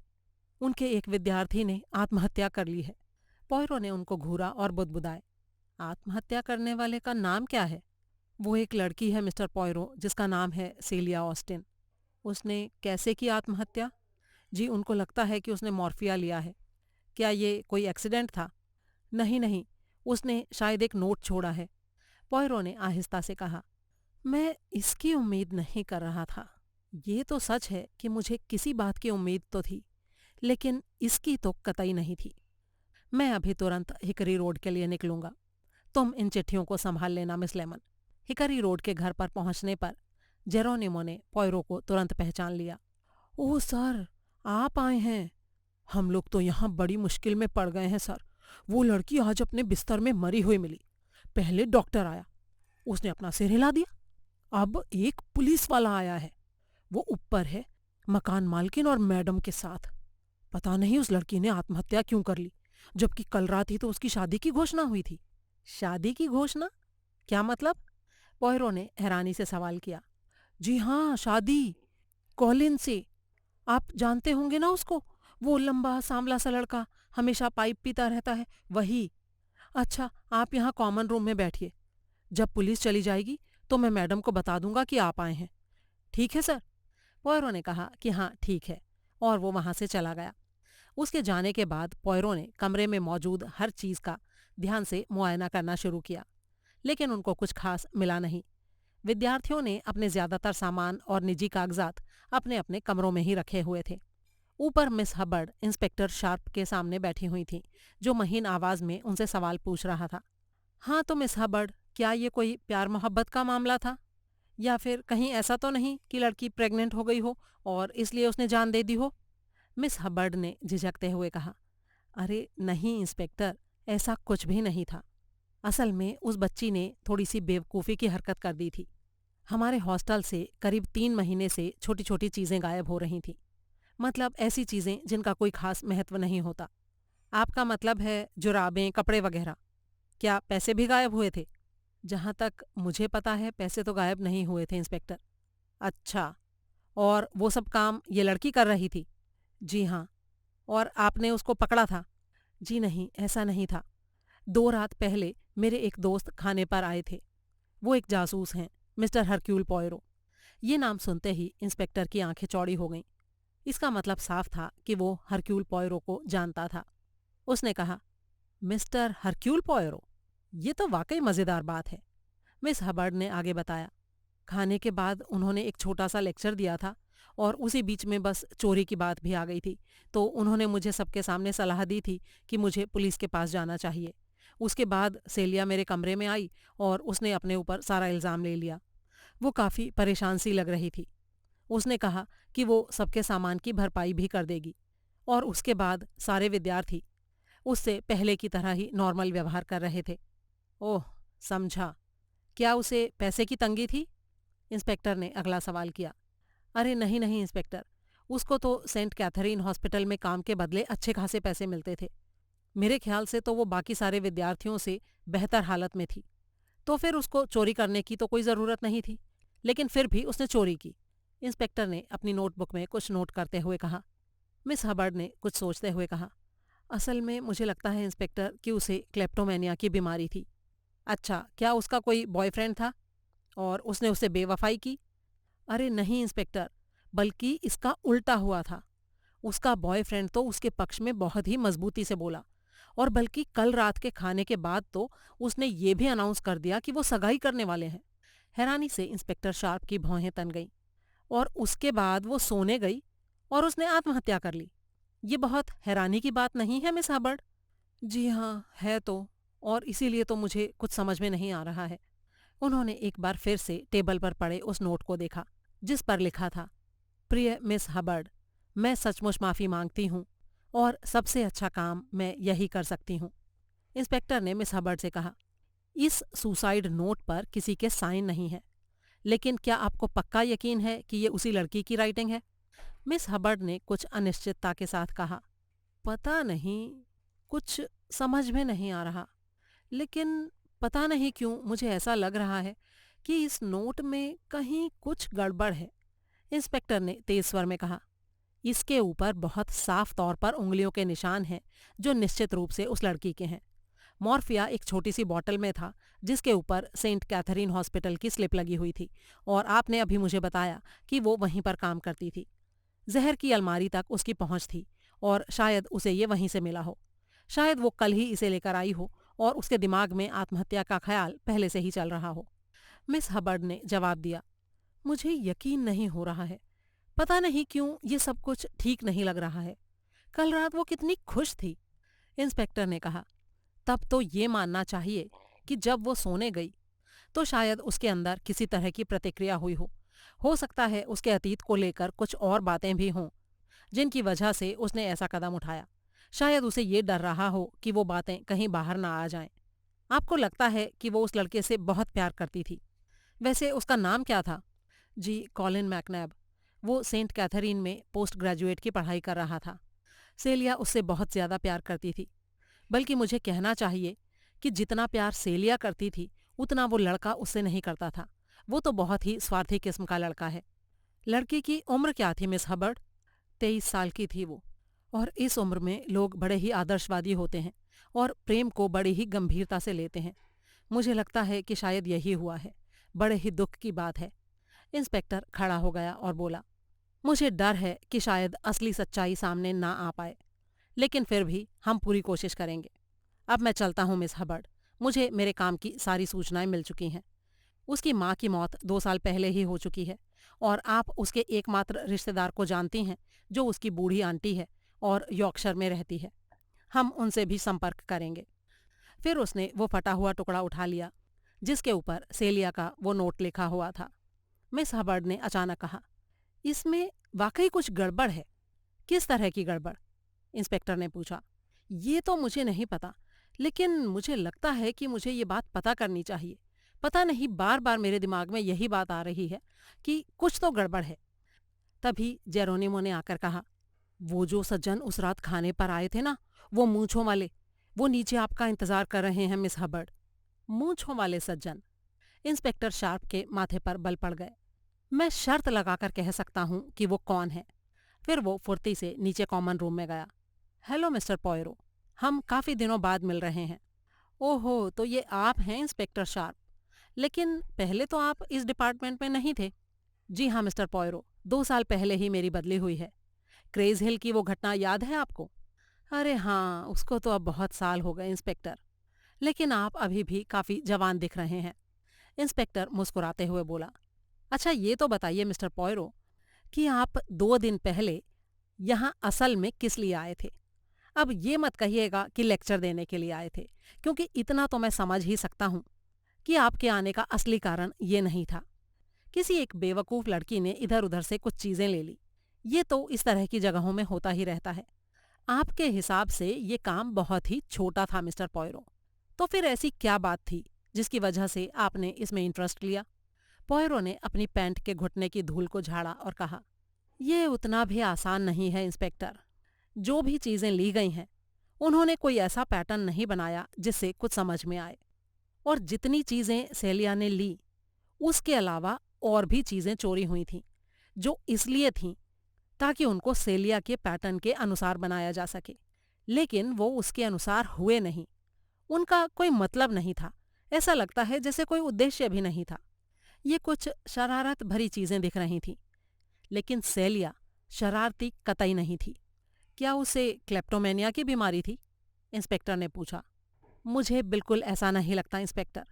बल्कि मेरी राय तो ये है कि ये जो छोटी मोटी चोरियां की गईं, उनका असली उद्देश्य था किसी खास नौजवान का ध्यान अपनी तरफ खींचना। आपका मतलब है कॉलिन मैकनैब का? इंस्पेक्टर ने पूछा। जी हाँ, वो लड़की कॉलिन के प्यार में बुरी तरह से पागल थी, लेकिन कॉलिन उसके ऊपर ध्यान नहीं देता था। तो बजाय एक अच्छी, सुंदर, अच्छे तौर तरीके वाली लड़की दिखने के, उसने खुद को एक मजेदार कमसिन अपराधी के रूप में पेश किया। और नतीजा बहुत ही बढ़िया रहा। कॉलिन मैकनैब तुरंत ही बुरी तरह से उसके प्यार में पड़ गया। वो लड़का जरूर बेवकूफ रहा होगा, इंस्पेक्टर ने कहा। अरे बिल्कुल नहीं इंस्पेक्टर, वो तो एक बड़ा ही गंभीर साइकियाट्रिस्ट है। इंस्पेक्टर के चेहरे पर हल्की सी मुस्कान कौंध गई। ओह, समझा, ये फालतू का शो ऑफ करने वाले लड़के। पॉयरो बुदबुदाए। लेकिन लड़की काफी होशियार थी। हाँ, ये आश्चर्य की बात है, इंस्पेक्टर ने कहा। पॉयरो ने भी दोहराया। हाँ, हैरत की बात है। क्या मतलब मिस्टर पॉयरो? आपने ये बात कुछ अजीब स्टाइल में कही। आप कहना क्या चाहते हैं? पॉयरो ने खोई खोई सी आवाज में कहा। असल में मुझे बड़ी ही हैरानी हो रही है। मैं ये सोच रहा हूं कि कहीं ये खेल उसे किसी ने सुझाया तो नहीं था। हो भी सकता है मिस्टर पॉयरो, लेकिन आपको क्या लग रहा है कि किसने उसे ये सुझाया होगा? कुछ कह नहीं सकता, कुछ समझ नहीं आ रहा। बातें आपस में क्लैश कर रही हैं। तभी दरवाज़ा खुला और मिस हबर्ड अंदर आईं। उनका चेहरा लाल पड़ा हुआ था और उस पर जीत का भाव था। उन्होंने आते ही तेजी से कहा, मुझे पता चल गया, मुझे मिल गया इंस्पेक्टर। मुझे अचानक से ये बात याद आई। मेरा मतलब है कि वो आत्महत्या वाला नोट मुझे गलत क्यों लग रहा था, ये मुझे समझ में आ गया। शायद सेलिया ने उसे लिखा ही नहीं है। आपको ऐसा क्यों लग रहा है मिस हबर्ड? वो इसलिए क्योंकि उसे नीली स्याही से लिखा गया है और सेलिया ने अपने पेन में हरी स्याही भरी थी, वो स्याही जो वहां रखी है। कल सुबह नाश्ते के वक्त की बात है ये। इंस्पेक्टर ने भी हाँ में हाँ मिलाई। हाँ, ये बात तो सही है। मैंने जांच की है। उस लड़की के कमरे में एक ही पेन था जो उसके बिस्तर पर था और उसके अंदर हरी इंक थी। मिस हबर्ड ने संक्षेप में नाश्ते की मेज की घटना के बारे में बताया और फिर अंत में कहा, मुझे तो पक्के तौर पर लग रहा है कि ये कागज का टुकड़ा उसी चिट्ठी से फाड़ा गया है जो उसने कल मुझे लिख कर दी थी और जिसे मैंने खोलकर देखा नहीं था। असल में मैं उस समय बिजी थी, तो मैंने उसे यहीं छोड़ दिया था और मैं अपने काम में लग गई थी। और हो सकता है वो किसी को मिला हो और किसी ने उसे खोला हो और फिर उससे छेड़छाड़ की हो। इंस्पेक्टर शार्प बोल पड़ा। क्या आप दोनों समझे इसका क्या मतलब है? असल में कागज के इस नोट से मुझे भी कोई खास तसल्ली नहीं हो रही थी। लड़की के कमरे में काफी सारे कागज मौजूद थे। वो उनमें से किसी के भी ऊपर आत्महत्या का नोट लिख सकती थी। इसका मतलब ये हुआ कि उस चिट्ठी की शुरुआत में आपके लिए उसने जो लिखा था, किसी ने उसी टेक्स्ट का इस्तेमाल किया कुछ और बताने के लिए, इस घटना को आत्महत्या दिखाने के लिए। और इसका मतलब है कि ये आत्महत्या नहीं बल्कि हत्या है। अध्याय 8। शाम के 5 बजे इंस्पेक्टर शार्प पॉयरो के कमरे में बैठा हुआ था और चाय पी रहा था। आपको मेरा इस तरह से आना बुरा तो नहीं लगा मिस्टर पॉयरो? जब तक सारे स्टूडेंट्स आ नहीं जाते तब तक मेरे पास 1 घंटे का समय है। मैं उन सबसे पूछताछ करना चाहता हूँ। आप उस रात उनमें से कुछ लोगों से मिले थे और मुझे लगता है कि आप उनमें से कुछ के बारे में मुझे कुछ उपयोगी बातें बता सकते हैं। पॉयरो ने जवाब दिया, इस काम के लिए आपको सबसे ज्यादा मदद मिलेगी मिस हबर्ड से। वो कुछ महीनों से वहां रह रही हैं और उनके उन लोगों से अच्छे संबंध हैं और उनको इंसानी स्वभाव की भी काफ़ी अच्छी समझ है। जी हाँ मिस्टर पॉयरो, वो काफ़ी सक्षम औरत हैं। मुझे उनके ऊपर भरोसा है। मुझे उस जगह की मालकिन से भी मिलना है। आज सुबह वो वहाँ पर थी नहीं। मेरे ख्याल से उनके ऐसे कई ठिकाने हैं। वो स्टूडेंट्स के कुछ क्लब भी चलाती हैं। मुझे ऐसा लगा कि लोग उनको ज़्यादा पसंद नहीं करते। पॉयरो ने सवाल किया, आप सेंट कैथरीन हॉस्पिटल गए थे? जी हाँ मिस्टर पॉयरो, गया था। वहाँ का दवाई विभाग का जो प्रमुख था, उसने मेरी काफ़ी मदद की। वो इस बात को सुनकर काफ़ी दुखी हुआ। क्या उसने उस लड़की के बारे में आपको कुछ बताया इंस्पेक्टर? जी हाँ, वो वहाँ 1 साल से कुछ ज़्यादा समय से रह रही थी और सब लोग उसे वहाँ काफ़ी पसंद करते थे। उसने बताया कि वो काम थोड़ा सुस्ती से करती थी, लेकिन पूरी निष्ठा से करती थी। मॉर्फिया वहीं से आया था, ये बात सच है। क्या वाकई? ये बात अपने आप में मज़ेदार है और उलझन में डालने वाली भी, पॉयरो ने कहा। इंस्पेक्टर ने बताया, वो मॉर्फिन टार्टरेट था। दवा खाने में जहर वाली दराज में रखा हुआ था, ऊपर वाली दराज में, उन दवाओं के बीच जिनका अक्सर इस्तेमाल नहीं किया जाता है। हाइपोडर्मिक दवाओं का ही अक्सर उपयोग होता है और ऐसा लगता है कि मॉर्फिन हाइड्रोक्लोराइड का टार्ट्रेट से ज़्यादा उपयोग किया जाता था। ऊपर वाली ड्रॉअर में कुछ ऐसी दवाइयाँ भी थीं जो उतनी प्रचलन में नहीं थीं, बल्कि काफ़ी सालों से उनको प्रिस्क्राइब नहीं किया गया था और इसीलिए एक धूल में लिपटी शीशी के गायब हो जाने के ऊपर जल्दी से किसी का ध्यान नहीं गया। उस बॉटल का गायब होना तब तक किसी के ध्यान में नहीं आ सकता था जब तक कि उसकी ज़रूरत नहीं पड़ती या वो स्टॉक से ख़त्म नहीं हो जाती। वहाँ दवाइयाँ तैयार करने के काम में 3 लोग हैं और उन तीनों के पास जहर वाली दराज और खतरनाक दवाओं वाली दराज की चाबी थी। उन दराजों को तभी खोला जाता था जब उनकी ज़रूरत होती थी। जिस दिन ज़्यादा भीड़ होती थी, जो कि करीब करीब रोज़ ही होता है, तब कोई ना कोई उन दराजों तक हर कुछ मिनट में जाता था और इस तरह से दराज का ताला खुला रहता था और दिन के पूरा होने तक खुला ही रहता था। पॉयरो ने सवाल किया, सेलिया के अलावा वहाँ और किस किस की पहुँच थी? 2 और महिलाएं थीं मिस्टर पॉयरो, जो दवाइयाँ बनाने का काम करती थीं, लेकिन उनका हिकरी रोड से किसी तरह का कोई संबंध नहीं है। एक वहाँ 4 साल से काम कर रही है और दूसरी कुछ हफ्ते पहले ही आई है, जो पहले डेवन के हॉस्पिटल में काम करती थी। उसका काम भी अच्छा है। उनके बाद 3 सीनियर दवाई तैयार करने वाले थे जो बरसों से उस हॉस्पिटल में काम कर रहे हैं। ये ऐसे लोग हैं जिनके बारे में कहा जा सकता है कि उनकी दराज तक अधिकारपूर्वक और सामान्य पहुंच थी। इसके अलावा एक बूढ़ी औरत है जो फर्श की सफाई का काम करती है। वो सुबह में 9 बजे से 10 बजे के बीच काम करती है और अगर लड़कियां मरीजों को देखने गई हों या किसी और काम में बिजी हों तो वो एक शीशी निकाल सकती थी। लेकिन वो इस हॉस्पिटल में बरसों से काम कर रही है और इस बात की संभावना कम ही लगती है। लैब अटेंडेंट जो है, वो उन बॉटल्स को लेकर आता था और मौका मिलने पर वो भी एक बॉटल को गायब कर सकता था, लेकिन उस बात की भी संभावना मुझे कम ही दिखाई दे रही है। पॉयरो ने अगला सवाल किया, दवा खाने में बाहर से आने वाले लोग कौन थे? जी, किसी न किसी रूप में कई तरह के लोग वहाँ आते हैं। वो दवा खाने से होकर दवाइयों के मेन मैनेजर के पास जाने वाले होते थे या फिर बड़े थोक विक्रेताओं के यहाँ से आने वाले लोग होते थे। फिर कभी कभार इन दवा बनाने वालों से मिलने उनके यार दोस्त भी आते थे। अक्सर नहीं आते थे, लेकिन कभी कभी आते थे। ठीक है, हाल ही में सेलिया ऑस्टिन से मिलने कौन आया था? पॉयरो ने पूछा। शार्प ने अपनी नोटबुक को देखा और बोला, पिछले हफ्ते मंगलवार को एक लड़की आई थी जिसका नाम था पैट्रिशिया लेन। वो चाहती थी कि सेलिया दवाखाना बंद होने के बाद उससे सिनेमा के लिए आकर मिले। वो वहाँ पर बस 5 ही मिनट रुकी थी और वो जहर वाली दराज के पास नहीं गई थी, बल्कि वो बाहरी मरीजों वाली खिड़की पर खड़ी होकर सेलिया और एक दूसरी लड़की से बात कर रही थी। उन्होंने मुझे ये भी बताया कि एक काली लड़की भी करीब 2 हफ्ते पहले आई थी और उनका कहना था कि वो लड़की बड़ी ही अच्छी थी। उसकी दिलचस्पी नौकरी में थी और उसने इसके बारे में काफ़ी सवाल भी पूछे थे और नोट्स भी लिए थे। वो बड़ी अच्छी इंग्लिश बोल रही थी। वो जनरल ओपीडी वाला दिन था और उस लड़की की दिलचस्पी इस तरह की चीज़ों के आयोजन में थी और वो ये भी जानना चाहती थी कि जब बच्चे का पेट खराब हो या उसकी स्किन पर कोई बीमारी हो तो कौन सी दवाई दी जानी चाहिए। और कोई खास बात? पॉयरो ने पूछा। जी नहीं मिस्टर पॉयरो, ऐसी कोई खास बात नहीं जिसको याद रखा जाए। क्या वहाँ पर डॉक्टर भी आते हैं? पॉयरो ने अगला सवाल किया। जी हाँ, हमेशा, ऑफिशियली भी और अनऑफिशियली भी। कभी कभार किसी फॉर्मूले के बारे में पूछने या ये देखने कि कलेक्शन में कौन कौन सी दवाइयाँ मौजूद हैं। कभी कभी सलाह लेने भी आते हैं। जैसे कि अगर कभी किसी दवाई से किसी मरीज को एलर्जी हो जाए तो उसकी जगह कौन सी दवाई दी जाए। कभी कभार कोई डॉक्टर यूं ही बातें करने के लिए भी आ जाता है फुर्सत के टाइम में।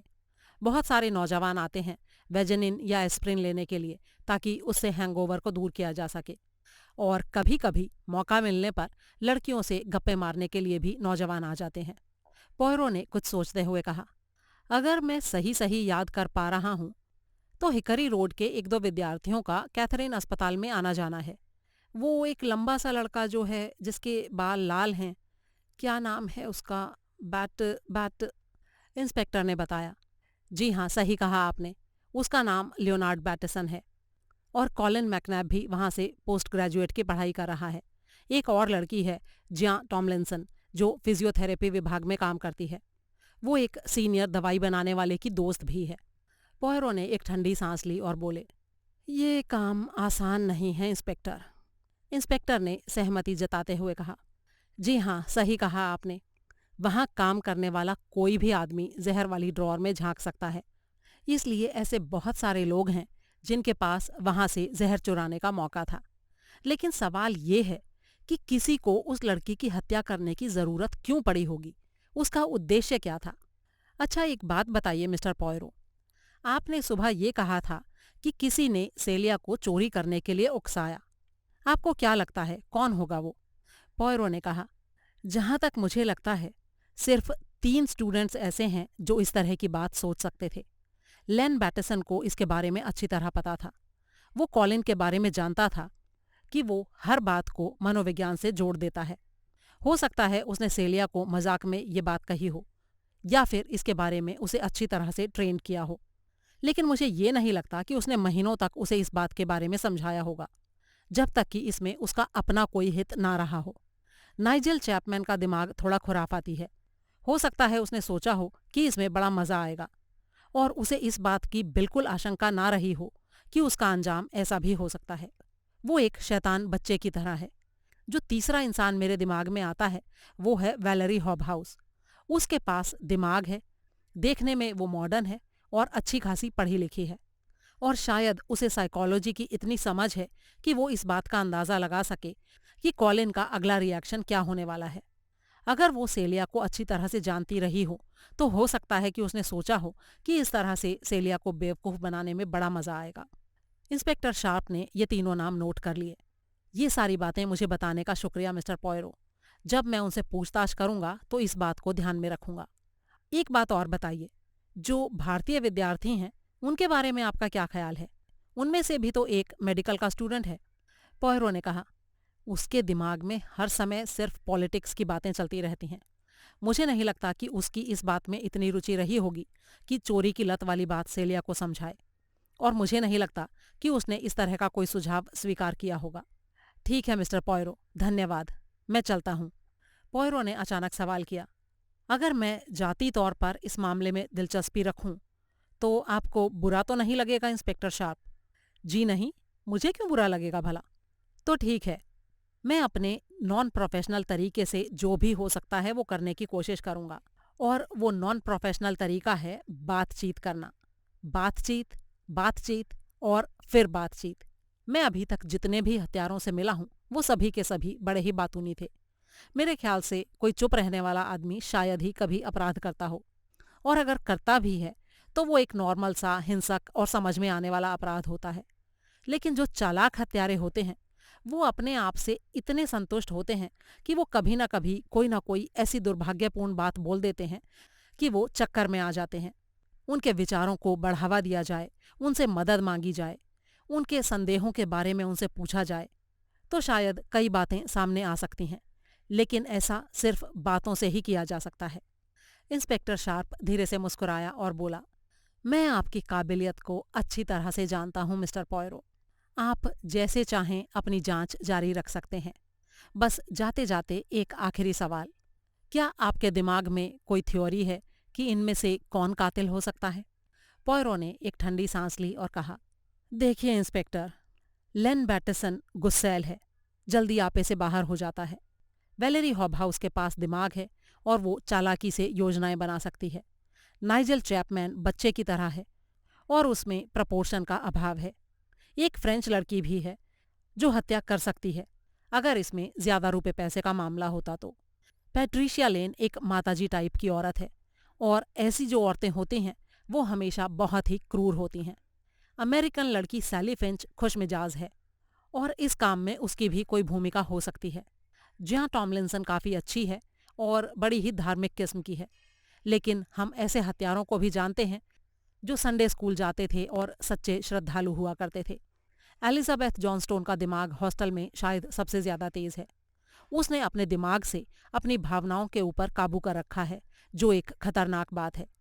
एक अफ्रीकी नौजवान है, हो सकता है उसकी हत्या में दिलचस्पी रही हो जिसके बारे में हम ना जानते हों। फिर मनोवैज्ञानिक कॉलिन मैकनैब है।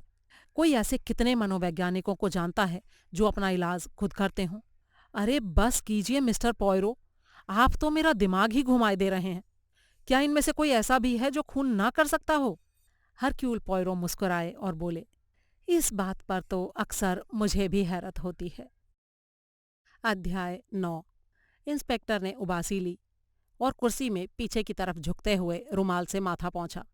उसने अब तक एक गुस्से वाली और आंसुओं से भरी फ्रेंच लड़की से बात की थी, एक घमंडी और बिल्कुल सहयोग न करने वाले फ्रेंच आदमी से, एक शंकालू डच से और एक चिल्लाने वाले मिस्र के नागरिक से। थोड़ी बहुत बात तुर्की और इराक के 2 नागरिकों से भी हुई थी जो घबराए हुए थे और उनको ये समझ में नहीं आ रहा था कि वो क्या बोल रहे थे। अब बारी थी मिस्टर एकेबिम्बो की। उस अफ्रीकी नौजवान ने चमकते हुए दांतों और बच्चों जैसी आंखों से इंस्पेक्टर को देखा और बोला, हाँ हाँ, मैं मदद करना चाहता हूँ इंस्पेक्टर, प्लीज। मिस सेलिया मेरे साथ बड़ा ही अच्छा व्यवहार किया करती थी। उसने मुझे एक बार बॉक्स एंडीबर्ग रॉक दिया था। वो एक बड़ा ही अच्छा जैम होता है और उसके बारे में मुझे पहले बिल्कुल नहीं पता था। बड़े ही दुख की बात है कि उस लड़की की हत्या हो गई। हो सकता है घर का कोई झगड़ा रहा हो, या फिर ये भी हो सकता है कि उसके पापा और अंकलों ने आकर उसको मार दिया हो जब उनको ऐसी गलत कहानियां सुनने को मिली हों कि वो कुछ गलत काम कर रही है। इंस्पेक्टर शार्प ने उसको भरोसा दिलाया कि इनमें से कोई भी बात संभव नहीं हो सकती। नौजवान ने दुख के साथ अपनी गर्दन हिलाते हुए कहा, तो फिर मुझे नहीं पता कि ये क्यों हुआ होगा। मुझे तो ये समझ में नहीं आ रहा है कि यहाँ उसे कोई क्यों मारना चाहेगा भला। लेकिन हाँ, अगर आप मुझे उसके बाल के टुकड़े या उसके नाखून दें तो मैं अपने तरीके से देखकर पता लगा सकता हूँ। ये तरीका वैज्ञानिक या मॉडर्न तो नहीं है, लेकिन जहाँ से मैं आया हूँ वहाँ पर खूब चलता है। शुक्रिया मिस्टर एकेबिम्बो, मुझे नहीं लगता कि इस चीज़ की ज़रूरत है। यहाँ पर हम लोग ऐसे काम नहीं करते, आप जा सकते हैं। अगला आदमी जिससे इंस्पेक्टर को बात करनी थी वो था नाइजल चैपमैन। उसे बातचीत का सिरा अपने हाथ में रखने की बीमारी थी। उसने आते ही बोलना शुरू किया, ये बड़ा ही असाधारण सा काम है ना इंस्पेक्टर? मेरे ख्याल से जब आप ये कह रहे थे कि ये आत्महत्या थी तो आपका अंदाजा गलत था। मैं तो ये कहना चाहूंगा कि मुझे ये सोचकर संतोष हो रहा है कि हर चीज एकदम तैयार कर रखी थी कातिल ने। बस एक ही बात में वो चूक गया कि उसने मेरे फाउंटेन पेन को हरी इंक से भरा था। यही एक चीज है जिसको हत्यारा देख नहीं पाया। वैसे मुझे लगता है कि आपने इस बात पर तो काफी सोचा होगा कि हत्या के पीछे कारण क्या रहा होगा। इंस्पेक्टर ने उसकी बात काटते हुए कड़क आवाज में कहा, सवाल मैं पूछ रहा हूं मिस्टर चैपमैन। जी हाँ, जी हाँ, मैं तो बस जल्दी आपकी मदद करने की कोशिश कर रहा था और कुछ नहीं। लेकिन मुझे लगता है कि हमेशा की तरह लाल फीताशाही से ही काम करना पड़ेगा। ठीक है, मेरा नाम है नाइजल चैपमैन, उम्र है 25 साल। जन्म मेरे ख्याल से नागासाकी में हुआ था, जो बहुत ही खराब जगह है। पता नहीं मेरे माँ बाप उस समय वहाँ क्या कर रहे थे, मुझे आज तक ये बात समझ में नहीं आई। मुझे लगता है कि शायद वो दुनिया की सैर करने गए हुए थे। हालांकि मेरे ख्याल से इस वजह से मैं जापानी तो नहीं हो जाता हूँ। मैं लंदन यूनिवर्सिटी से हिस्ट्री की पढ़ाई कर रहा हूँ। क्या आप और कुछ जानना चाहते हैं? आपके घर का एड्रेस क्या है मिस्टर चैपमैन?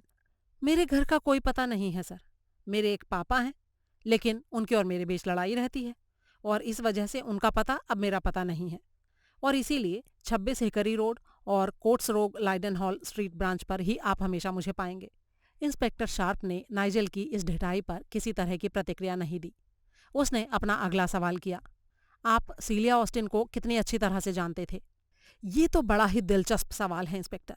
मैं उससे हर रोज मिलता था और हमारे बीच हंसी मजाक भी होता था, लेकिन असल में मैं उसे बिल्कुल नहीं जानता था। जाहिर है मुझे उसमें ज़रा भी दिलचस्पी नहीं थी और मेरे ख्याल से वो भी शायद मुझे पसंद नहीं करती थी। वो आपको क्यों पसंद नहीं करती थी? असल में इंस्पेक्टर उसको ना मेरा हंसी मजाक ज़्यादा पसंद नहीं था। और फिर जाहिर है मैं उस कॉलिन मैकनैब जैसा दुखी रहने वाला बदतमीज़ किस्म का आदमी भी नहीं हूँ। औरतों को आकर्षित करने के लिए उस तरह की बदतमीजियां करना बहुत ज़रूरी होता है। अच्छा ये बताइए, आपने आखिरी बार सेलिया ऑस्टिन को कब देखा था? कल शाम को डिनर के टाइम। हम सब ने उसके लिए तालियां भी बजाई थीं। कॉलिन ने खड़े होकर ये कहा था कि उनकी सगाई होने वाली है। फिर हम सब ने थोड़ा हंसी मजाक किया, बस यही हुआ था। ये सब डिनर के टाइम हुआ था या कॉमन रूम में? जी डिनर के टाइम हुआ था। उसके बाद जब हम कॉमन रूम में गए तो कॉलिन कहीं चला गया था। और बाकी बचे हुए आप सब लोगों ने कॉमन रूम में कॉफ़ी पी थी? जी हाँ, पी तो थी, अगर उस गंदे से लिक्विड को आप कॉफ़ी कहें तो। ये लोग यहाँ ऐसी ही भद्दी कॉफ़ी बनाते हैं। क्या सेलिया ऑस्टिन ने भी वो कॉफ़ी पी थी? जी कह नहीं सकता, मैंने इस तरफ ध्यान नहीं दिया कि उसने कॉफ़ी पी या नहीं, लेकिन शायद पी ही होगी। तो आपके कहने का मतलब ये है कि आपने अपने हाथ से उसे कॉफ़ी नहीं दी थी? इंस्पेक्टर ने अगला सवाल किया। आपकी ये बात कितनी भयानक है इंस्पेक्टर। जैसे आप बोल रहे हैं और बोलते हुए जिस तरह से मुझे देख रहे हैं, उसको देखकर तो ऐसा लगता है कि आपको मेरे ऊपर शक है कि मैंने सेलिया को जहर देकर मार डाला। लेकिन असलियत ये है मिस्टर शार्प कि मैं तो उसके आसपास तक भी गया नहीं था। और साफ साफ कहूं तो मैंने इस बात के ऊपर ध्यान भी नहीं दिया था कि उसने कॉफ़ी पी या नहीं। और आप माने या ना माने, लेकिन मैं आपकी जानकारी के लिए बता दूं कि मेरे मन में सेलिया के प्रति कभी कोई आकर्षण नहीं रहा। और इसीलिए कॉलिन के ये कहने के बाद कि वो सेलिया से सगाई कर रहा है, मेरे अंदर उसका खून करके बदला लेने की भावना कतई पैदा नहीं हुई थी। इंस्पेक्टर ने धीरे से कहा, मैं ऐसा कुछ नहीं कह रहा हूं मिस्टर चैपमैन, लेकिन ये बात तो साफ दिखाई दे ही रही है ना कि कोई तो था जो सेलिया को रास्ते से हटा देना चाहता था। सवाल है कि क्यों? अच्छा ये बताइए कि जब आपको ये पता चला कि यहाँ से सामान गायब होने, चोरी वगैरह के पीछे सेलिया का हाथ था, तो क्या आपको हैरानी हुई थी? जी मेरे ख्याल से तो नहीं। क्या ऐसा हो सकता है मिस्टर चैपमैन कि उसे ये सब करने के लिए आपने भड़काया था? नाइजल के चेहरे पर दुनिया भर की हैरानी के भाव उभर आए। मैं मैं भला उसे ये सब क्यों सिखाता या उसे क्यों भड़काता? क्योंकि कुछ लोगों का हंसी मजाक का तरीका अलग तरह का होता है, इसलिए। देखिए इंस्पेक्टर, हो सकता है मैं पागल हूं, लेकिन इस तरह की बेवकूफियां मैं नहीं करता। मैं आपको यकीन दिलाकर कह सकता हूं इंस्पेक्टर कि ये चोरियां पूरी तरह से मनोवैज्ञानिक थीं। मुझे नहीं लगता कि ये सब हंसी मजाक में हुआ था। तो मिस्टर चैपमैन, क्या आपको पक्के तौर पर लगता है कि सेलिया को क्लेप्टोमेनिया था? जी हाँ, मुझे तो ऐसा ही लगता है। शायद आपको इस बीमारी के बारे में उतना नहीं पता है मिस्टर चैपमैन जितना मुझे पता है। क्या आपको बिल्कुल ऐसा नहीं लगता कि किसी ने मिस ऑस्टिन को ये सब करने के लिए भड़काया हो ताकि मिस्टर मैकनैब की भावनाओं को उसके प्रति जगाया जा सके? नाइजेल की आंखें शरारत से चमकने लगीं। अब ये तो सच में भटकाने वाली बात है इंस्पेक्टर। आपको पता है, जब मैं इसके बारे में सोच रहा हूँ तो पूरी तरह से ये संभव दिखाई देता है कि कॉलिन ने इसे बर्दाश्त कर लिया हो। लेकिन सेलिया ऐसा खेल कभी नहीं कर सकती थी। वो कॉलिन को लेकर बहुत ही भावुक थी। इंस्पेक्टर ने अगला सवाल दागा। घर में जिस तरह से सामान गायब हो रहे थे, उसको लेकर आपकी अपनी कोई सोच नहीं है मिस्टर चैपमैन? जैसे उदाहरण के लिए मिस्टर जॉनस्टोन के नोट्स पर जो स्याही गिराई गई उसको लेकर। देखिए इंस्पेक्टर, अगर आपको ये लग रहा है कि वो स्याही मैंने गिराई थी तो ये बिल्कुल गलत है। जाहिर है कि आपको ऐसा इसलिए लग रहा होगा क्योंकि हरी स्याही सिर्फ मेरे पास थी। लेकिन अगर आप मुझसे पूछें तो मैं यही कहूंगा कि ऐसा किसी ने जानबूझकर उसे तंग करने के लिए किया था, और साथ में मुझे भी। इंस्पेक्टर ने उसे घूर कर देखा लेकिन बोला कुछ नहीं। फिर उसने उसे जाने के लिए कहा। इंस्पेक्टर की लिस्ट का अगला आदमी था लेन बैटसन। सामान्य सी पूछताछ होते ही वो फट पड़ा। हाँ हाँ, मैंने सेलिया के लिए कॉफी डाली थी कप में और उसे दिया भी था, तो इससे क्या हो गया? यानी आप ये कह रहे हैं मिस्टर बैटसन कि आपने उसे डिनर के बाद कॉफी दी थी? जी हाँ, मैंने बर्तन से कप में कॉफी डालकर उसके पास रख दिया था। अब आप मानिए या मत मानिए, लेकिन उसके अंदर कोई मॉर्फिन वॉर्फिन नहीं था। आपने सेलिया को कॉफी पीते हुए देखा था? जी नहीं, मैंने उसे पीते हुए नहीं देखा था। हम सब इधर उधर घूम रहे थे और बातें कर रहे थे, और उसके ठीक बाद मेरी किसी से बहस हो गई थी। मुझे ध्यान नहीं कि उसने कॉफ़ी पी या नहीं। वहाँ और लोग भी थे। यानी असल में आप ये कहना चाहते हैं मिस्टर बैटसन कि उसकी कॉफ़ी में कोई भी मॉर्फिन डाल सकता था? जी नहीं, ऐसा कुछ नहीं हो सकता। इतने सारे लोग जब मौजूद हों तो आप किसी के कप में कुछ डालने की कोशिश करके देखिए ज़रा, 1 मिनट में पकड़े जाएंगे।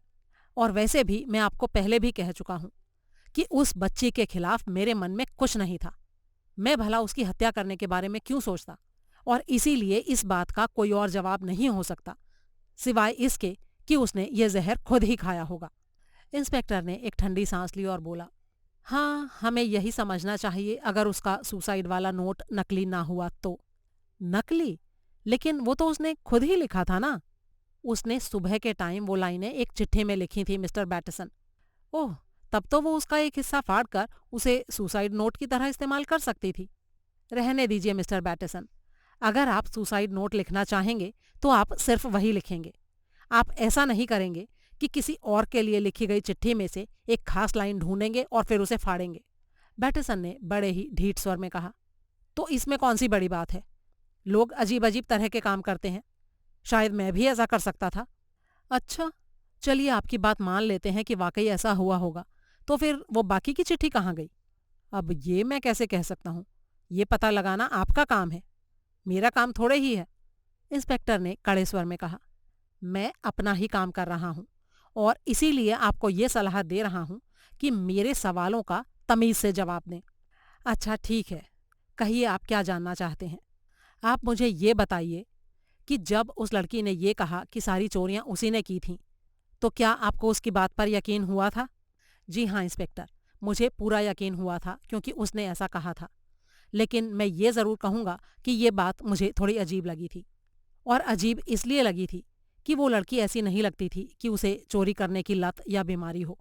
और जो आपने अभी ये कहा इंस्पेक्टर कि उसने ऐसा कॉलिन की रुचि को जगाने के लिए किया हो, तो मैं आपको बता दूं कि यहाँ आप गलत हैं। उसमें शायद इस तरह की बातों को सोच पाने की क्षमता ही नहीं थी। मेरा मतलब है ऐसी योजनाएं बनाने की। इंस्पेक्टर ने व्यंग्य से कहा, लेकिन आपके अंदर तो ऐसी क्षमता है। हो सकता है आपने ये सुझाव उसे दिया हो। लेन हल्के से हंसा और बोला, अगर आपको लगता है कि मैं इस तरह की कोई बेवकूफ़ी करूंगा तो आप पागल हैं। इंस्पेक्टर ने बात बदल दी और बोला, अच्छा आपको क्या लगता है कि एलिजाबेथ के कागजों पर स्याही सेलिया ने छिड़की थी या किसी और ने? पक्के तौर पर किसी और ने। सेलिया ने कहा था कि उसने ये काम नहीं किया और मुझे उसकी बातों पर पूरा भरोसा है। सीलिया बच्चों जैसी हरकतें नहीं करती थी। वो लोगों को एकदम से फटकार लगा देती थी। कोई भी अगर कुछ अनाप शनाप बोलता था तो वो चिढ़ जाती थी, खास करके उन लोगों से जो कभी भी कुछ भी बोल देते थे। उदाहरण के लिए नाइजल चैपमैन। तो आपको ये लगता है कि ये काम नाइजल का है? हाँ, इस बात की संभावना तो बिल्कुल हो सकती है। वो इस तरह के बनावटी काम करता रहता है और मुझे लगता है कि वो नस्लवादी भी है। हम लोगों में से सिर्फ एक वही है जिसके अंदर ऐसी भावनाएं हैं। क्या आपको लगता है कि कोई और ऐसा है जो मिस जॉनस्टोन की इस आदत से चिढ़ा हुआ हो कि वो बात बात में टोकती रहती हैं? हाँ, कॉलिन मैकनैब इससे अक्सर चिढ़ा हुआ रहता था और उसने जॉन टॉमलिंसन पर एक आध बार आरोप भी लगाए थे। इंस्पेक्टर ने कुछ और इधर उधर के सवाल पूछे, लेकिन लेन के पास बताने के लिए और कुछ उपयोगी नहीं था। उसके बाद बारी आई वैलेरी हॉबहाउस की। वो शांतचित्त, सुशील और होशियार लड़की थी। उसने कहा कि उसे सेलिया पसंद थी। वो कुछ खास होशियार नहीं थी और उसने जिस तरीके से कॉलिन मैकनैब को अपने दिल में बसाया था वो बड़ा ही दुखद था। आपको क्या लगता है मिस हॉबहाउस, क्या उसे क्लेप्टोमेनिया था? जी हाँ इंस्पेक्टर, मुझे लगता तो है। वैसे इस बारे में मैं ज़्यादा कुछ जानती नहीं हूँ। क्या आपको ये लगता है कि उसने जो किया उसे करने के लिए उसे किसी ने उकसाया था? वैलेरी ने कंधे उचका दिए और बोली, आपका मतलब है उस गधे कॉलिन का ध्यान अपनी तरफ आकर्षित करने के लिए? जी हाँ, मेरा यही मतलब था। आप इस बात को काफी जल्दी समझ गईं। वैसे मुझे नहीं लगता कि उसे आपने इसके बारे में सुझाया होगा। वैलेरी चौंक गई। मैं उसे क्यों सिखाती, जबकि मेरा अपना प्यारा स्कार्फ ही टुकड़े टुकड़े हो गया था। मैं इतनी भी परोपकारी नहीं हूं। अच्छा, आपको क्या लगता है कि किसी और ने उसे ये बात सुझाई होगी? जी नहीं, मुझे ऐसा नहीं लगता। मैं तो यही कह सकती हूँ कि ये उसके लिए बड़ा ही स्वाभाविक था। स्वाभाविक से आपका क्या मतलब है मिस हॉबहाउस? देखिए इंस्पेक्टर, पहले मुझे इस बात का शक हुआ था कि ये सीलिया ही हो सकती थी जब सैली के जूते के साथ ये सब हुआ था। सेलिया सैली फिंच से जलती थी क्योंकि सैली यहाँ रहने वाली लड़कियों में सबसे सुंदर थी और कॉलिन उसको काफी भाव देता था। इसीलिए जब पार्टी वाली रात को सैली का जूता गायब हो गया और उसको पुराने काले कपड़ों और काले जूतों में जाना पड़ा, तो उसे देखकर सीलिया ही सबसे ज्यादा संतुष्ट लग रही थी, जैसे मक्खन खाने के बाद बिल्ली लगती है, ठीक वैसे। और आपको मैं ये भी बता दूं कि मुझे उसके ऊपर इस बात का शक बिल्कुल नहीं हुआ था कि उसने ब्रेसलेट या पाउडर चुराया होगा। तो आपको क्या लगता है मिस कि उन कामों के लिए कौन जिम्मेदार था? वैलेरी ने कंधे उचका दिए। मुझे नहीं मालूम, मेरे ख्याल से कोई काम वाली बाई हो सकती है। और रक्सैक को किसने काटा होगा? क्या किसी रक्सैक को भी काटा गया था? मुझे तो याद नहीं, लेकिन ये सुनने में काफी अजीब लग रहा है। आप तो यहाँ काफी लंबे अरसे से हैं ना मिस हॉबहाउस? जी हाँ, बल्कि मुझे ये कहना चाहिए कि मैं यहाँ रहने वालों में सबसे पुरानी हूँ। करीब 2.5 साल से मैं यहाँ पर हूँ और इसीलिए आप शायद इस हॉस्टल के बारे में और लोगों से ज्यादा जानती होंगी। जी हाँ। तो सेलिया ऑस्टिन की मौत के बारे में आपको क्या लगता है? उसके पीछे मकसद क्या रहा होगा? वैलेरी अब एकदम गंभीर हो गई थी। उसने कहा, ये बहुत ही भयानक बात थी। मुझे कोई भी ऐसा नहीं लगता जो ये चाहता हो कि सेलिया को मर जाना चाहिए। वो एक भली और किसी का भी नुकसान नहीं करने वाली बच्ची थी। अभी अभी उसकी सगाई हुई थी और जल्दी ही शादी होने वाली थी। और क्या? इंस्पेक्टर ने पूछा। वैलेरी ने धीमे स्वर में कहा, और ये इंस्पेक्टर कि कहीं यही तो उसकी हत्या का कारण नहीं था, क्योंकि उसकी सगाई हो गई थी और वो खुश रहने वाली थी, तो कहीं। उसने ये शब्द थोड़ा कांपते हुए कहे। इंस्पेक्टर ने पूछा, ये बताइए मिस हॉबहाउस कि एलिजाबेथ जॉनस्टोन के नोट्स के साथ जो किया गया उसके बारे में आपका क्या ख्याल है? वो भी जलन का ही मामला लगता है इंस्पेक्टर। मुझे तो इस बात पर जरा भी यकीन नहीं है कि सीलिया ने ऐसा किया होगा। तो आपको क्या लगता है कि किसने किया होगा? कुछ खास नहीं, जाने दीजिए इंस्पेक्टर। खास ना सही, आम ही सही, लेकिन ये तो बताइए कि आपको क्या लगता है। देखिए, हो सकता है मैं गलत साबित हूँ, लेकिन मुझे लगता है कि शायद ये पैट्रिशिया लेन का काम हो सकता है। पैट्रिशिया लेन? लेकिन वो तो बहुत ही बैलेंस्ड और दोस्ताना किस्म की लड़की है। देखिए इंस्पेक्टर, मैंने ये नहीं कहा कि उसी ने ये किया है। मुझे ऐसा लगा कि शायद उसने किया हो। और आपको ऐसा क्यों लगा? असल में पैट्रिशिया काली बच्ची को नापसंद करती थी। काली बच्ची पैट्रिशिया के प्रेमी नाइजल को हमेशा डांटती रहती थी। आप तो जानते ही हैं कि वो कभी कभी बेवकूफ़ी भरी हरकतें करता रहता है। तो इसका मतलब आपको ये लगता है मिस कि नाइजल के बजाय पैट्रिशिया लेन के ऐसा करने की संभावना ज़्यादा है? जी हाँ। असल में मुझे नहीं लगता कि नाइजल को इससे परेशानी हुई होगी। वैसे भी वो अपने इंक का इस्तेमाल तो नहीं ही करता ना। वैसे भी अगर उसने ये काम किया होता तो वो अपने ही इंक का इस्तेमाल तो कभी नहीं करता। उसके पास बहुत अच्छा दिमाग है। लेकिन पैट्रिशिया इस तरह की बेवकूफ़ी कर सकती है। या फिर ये कोई ऐसा आदमी हो सकता है जो नाइजल को सबक सिखाना चाहता हो ताकि इसे ये लगे कि ये काम उसी ने किया था। अच्छा, ये बताइए मिस कि नाइजल चैपमैन को कौन कौन पसंद नहीं करते हैं? जियां टॉमलिंसन, वो और लेन बैटसन हमेशा काफ़ी झगड़ते रहते हैं। अच्छा, ये बताइए मिस हॉबहाउस कि क्या आपको इस बारे में कुछ अंदाज़ा है कि सीलिया को मॉर्फिया किस तरीके से दिया गया होगा? मैं इस बारे में काफ़ी सोचती रही हूँ इंस्पेक्टर। मेरे ख्याल से कॉफ़ी इसका सबसे आसान तरीका था। हम सब कॉमन रूम में इकट्ठे थे। सीलिया की कॉफ़ी उसके पास एक छोटी सी टेबल पर रखी हुई थी और वो हमेशा इस बात का इंतज़ार करती थी कि उसकी कॉफ़ी करीब करीब ठंडी हो जाए, तभी वो उसको पीती थी। मुझे लगता है कि किसी आदमी में अगर थोड़ी भी हिम्मत रही हो तो वो कप में बिना नज़र आए कोई गोली या कोई चीज़ गिरा सकता था। वैसे इस बात में खतरा भी काफ़ी था। मेरा मतलब है कि इतने लोगों के बीच में किसी का भी ध्यान आराम से उसके ऊपर जा सकता था। इंस्पेक्टर ने कहा, उसे जो मॉर्फिया दिया गया वो गोली के रूप में नहीं था, वो पाउडर था। वैलेरी के माथे पर बल पड़ गए। तब तो ये काम और भी मुश्किल होता इंस्पेक्टर, है कि नहीं? कॉफ़ी के अलावा क्या किसी और चीज़ के बारे में भी आप सोच सकती हैं मिस? वो कभी कभी सोने से पहले एक गिलास गर्म दूध पीती थी, लेकिन मुझे ये नहीं पता कि उस रात उसने पिया था या नहीं। क्या आप मुझे एग्जैक्टली वो सब कुछ बता सकती हैं जो उस रात कॉमन रूम में हुआ था? जी हाँ, बिल्कुल बता सकती हूँ। जैसा कि मैंने पहले कहा, हम सब साथ बैठकर बातें करते रहे। किसी ने वायरलेस चला दिया। मेरे ख्याल से ज़्यादातर लड़के बाहर चले गए थे। उस दिन सीलिया कुछ पहले ही सोने चली गई और ज्यां टॉमलिंसन भी। सैली और मैं काफ़ी देर तक वहाँ बैठे रहे। मैं चिट्ठियाँ लिख रही थी और सैली अपने नोट्स को रट रही थी। मेरे ख्याल से सबसे लास्ट में मैं ही सोने गई थी। तो यानी वो एक आम शामों की तरह ही थी? इंस्पेक्टर ने पूछा। जी हाँ, बिल्कुल inspector. Thank you miss Hobhouse. क्या आप मिस लेन को अभी मेरे पास भेज देंगी? पैट्रिशिया लेन जब आई तो दुखी लग रही थी, लेकिन उसे किसी तरह की आशंका नहीं थी। उससे किए गए सवालों और जवाबों से कुछ नई बात निकलकर नहीं आई। जब एलिजाबेथ के नोट्स को नुकसान पहुंचाने के बारे में पूछा गया तो पैट्रिशिया ने कहा कि उसे इस बात में जरा भी संदेह नहीं था कि इसके लिए सेलिया ही जिम्मेदार थी।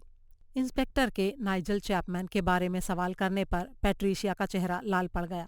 उसने कहा, आपको ऐसा लगता है इंस्पेक्टर कि नाइजल ने उसके नोट्स के साथ ऐसा किया था सिर्फ इंक की वजह से?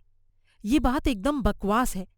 मेरा मतलब है कि अगर नाइजल ने इस तरह का कुछ किया होता तो वो अपनी स्याही का इस्तेमाल कभी नहीं करता। वो इतना बड़ा बेवकूफ नहीं है।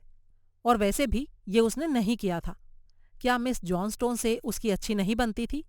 इंस्पेक्टर ने सवाल किया। देखिए, वो कभी कभी उससे चिढ़ जाती थी, लेकिन उसको इस बात का बुरा नहीं लगता था। मैं चाहती हूँ कि आप एक आध बातों को समझ लें इंस्पेक्टर, नाइजल चैपमैन के बारे में।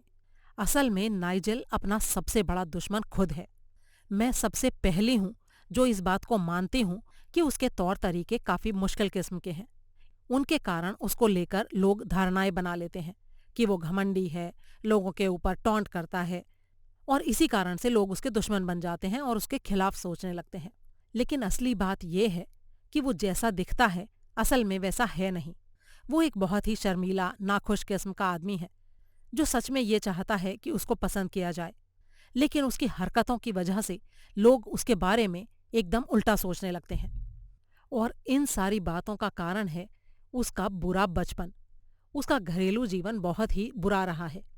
उसके पिता बहुत ही स्ट्रिक्ट और कठोर थे। वो उसको कभी भी ठीक से समझ नहीं पाए। उसके पिता ने उसकी माँ के साथ भी बड़ा खराब व्यवहार किया। उसकी माँ के मरने के बाद दोनों के बीच बड़ा ही खतरनाक किस्म का झगड़ा हुआ और नाइजल घर छोड़कर भाग गया। उसके पिता ने कहा कि वो उसको एक भी पैसा नहीं देंगे और उसे उनसे किसी भी तरह की मदद कभी नहीं मिल पाएगी। नाइजल ने कहा कि वो अपने पिता से किसी भी तरह की मदद चाहता भी नहीं है, और अगर उन्होंने करने की कोशिश भी की तो वो कभी उनसे मदद नहीं लेगा। उसकी माँ की वसीयत के कारण उसे थोड़ा बहुत पैसा मिला था। फिर उसने अपने पिता को न तो कभी चिट्ठी लिखी और न ही उनके पास गया। जाहिर है, मुझे लगता है कि यह बात बड़ी ही दुखद है, लेकिन इस बात में कोई शक नहीं है कि उसके पिता कोई बहुत अच्छे आदमी नहीं है, और यही वो कारण है जिसकी वजह से नाइजल का स्वभाव ऐसा हो गया और उसके साथ निभाना मुश्किल हो गया। उसकी माँ की मौत के बाद उसकी देखभाल करने वाला कोई नहीं रह गया था। उसकी हेल्थ भी ज़्यादा अच्छी नहीं रही है, हालांकि उसका दिमाग बहुत तेज़ है। वो अपने जीवन में बहुत सक्षम है, लेकिन वो जो है उसे उस रूप में दिखा नहीं पाता। इतना कहकर पैट्रिशिया लेन रुक गई। उसका चेहरा लाल हो गया था और लगातार बोलने के कारण उसकी सांसें भी थोड़ी फूल गई थी। इंस्पेक्टर शार्प ने उसे ध्यान से देखते हुए मन ही मन सोचा, ये लड़की उस लड़के से प्यार करती है। ऐसा लगता है कि वो इसकी जरा भी परवाह नहीं करता, लेकिन शायद इसे मदर फिगर बनना पसंद है। उस लड़के का पिता तो निश्चित तौर पर झगड़ालू और चिड़चिड़ा आदमी लगता है, लेकिन ऐसा भी लगता है कि उसकी माँ काफ़ी बेवकूफ़ थी, जिसने अपने बेटे को इतना ज़्यादा प्यार करके उसके और उसके पिता के बीच की दूरियों को बढ़ा दिया और लड़के की ज़िंदगी को बर्बाद कर दिया। मैंने इस तरह की कई चीज़ें पहले भी देखी हैं। फिर इंस्पेक्टर ने इस बारे में सोचा कि क्या नाइजल चैपमैन का सीलिया ऑस्टिन से किसी तरह का लगाव हो सकता था। ऐसा लगता तो नहीं था, लेकिन शायद ऐसा हो भी सकता था, और अगर ऐसा था तो पैट्रिशिया लेन उसका बदला बुरी तरह से ले सकती थी। लेकिन क्या बदला लेने के लिए वो खून कर सकती थी? शायद नहीं। वैसे भी ये बात भी सच थी कि सीलिया और कॉलिन के सगाई कर लेने से हत्या के संभावित कारण का तो वैसे ही अंत हो गया होगा। उसने पैट्रिशिया लेन को खारिज किया और जॉन टॉमलिंसन को बुलवाया। इससे आगे की कहानी के लिए सुने हिकरी डिकरी डॉग का भाग 3।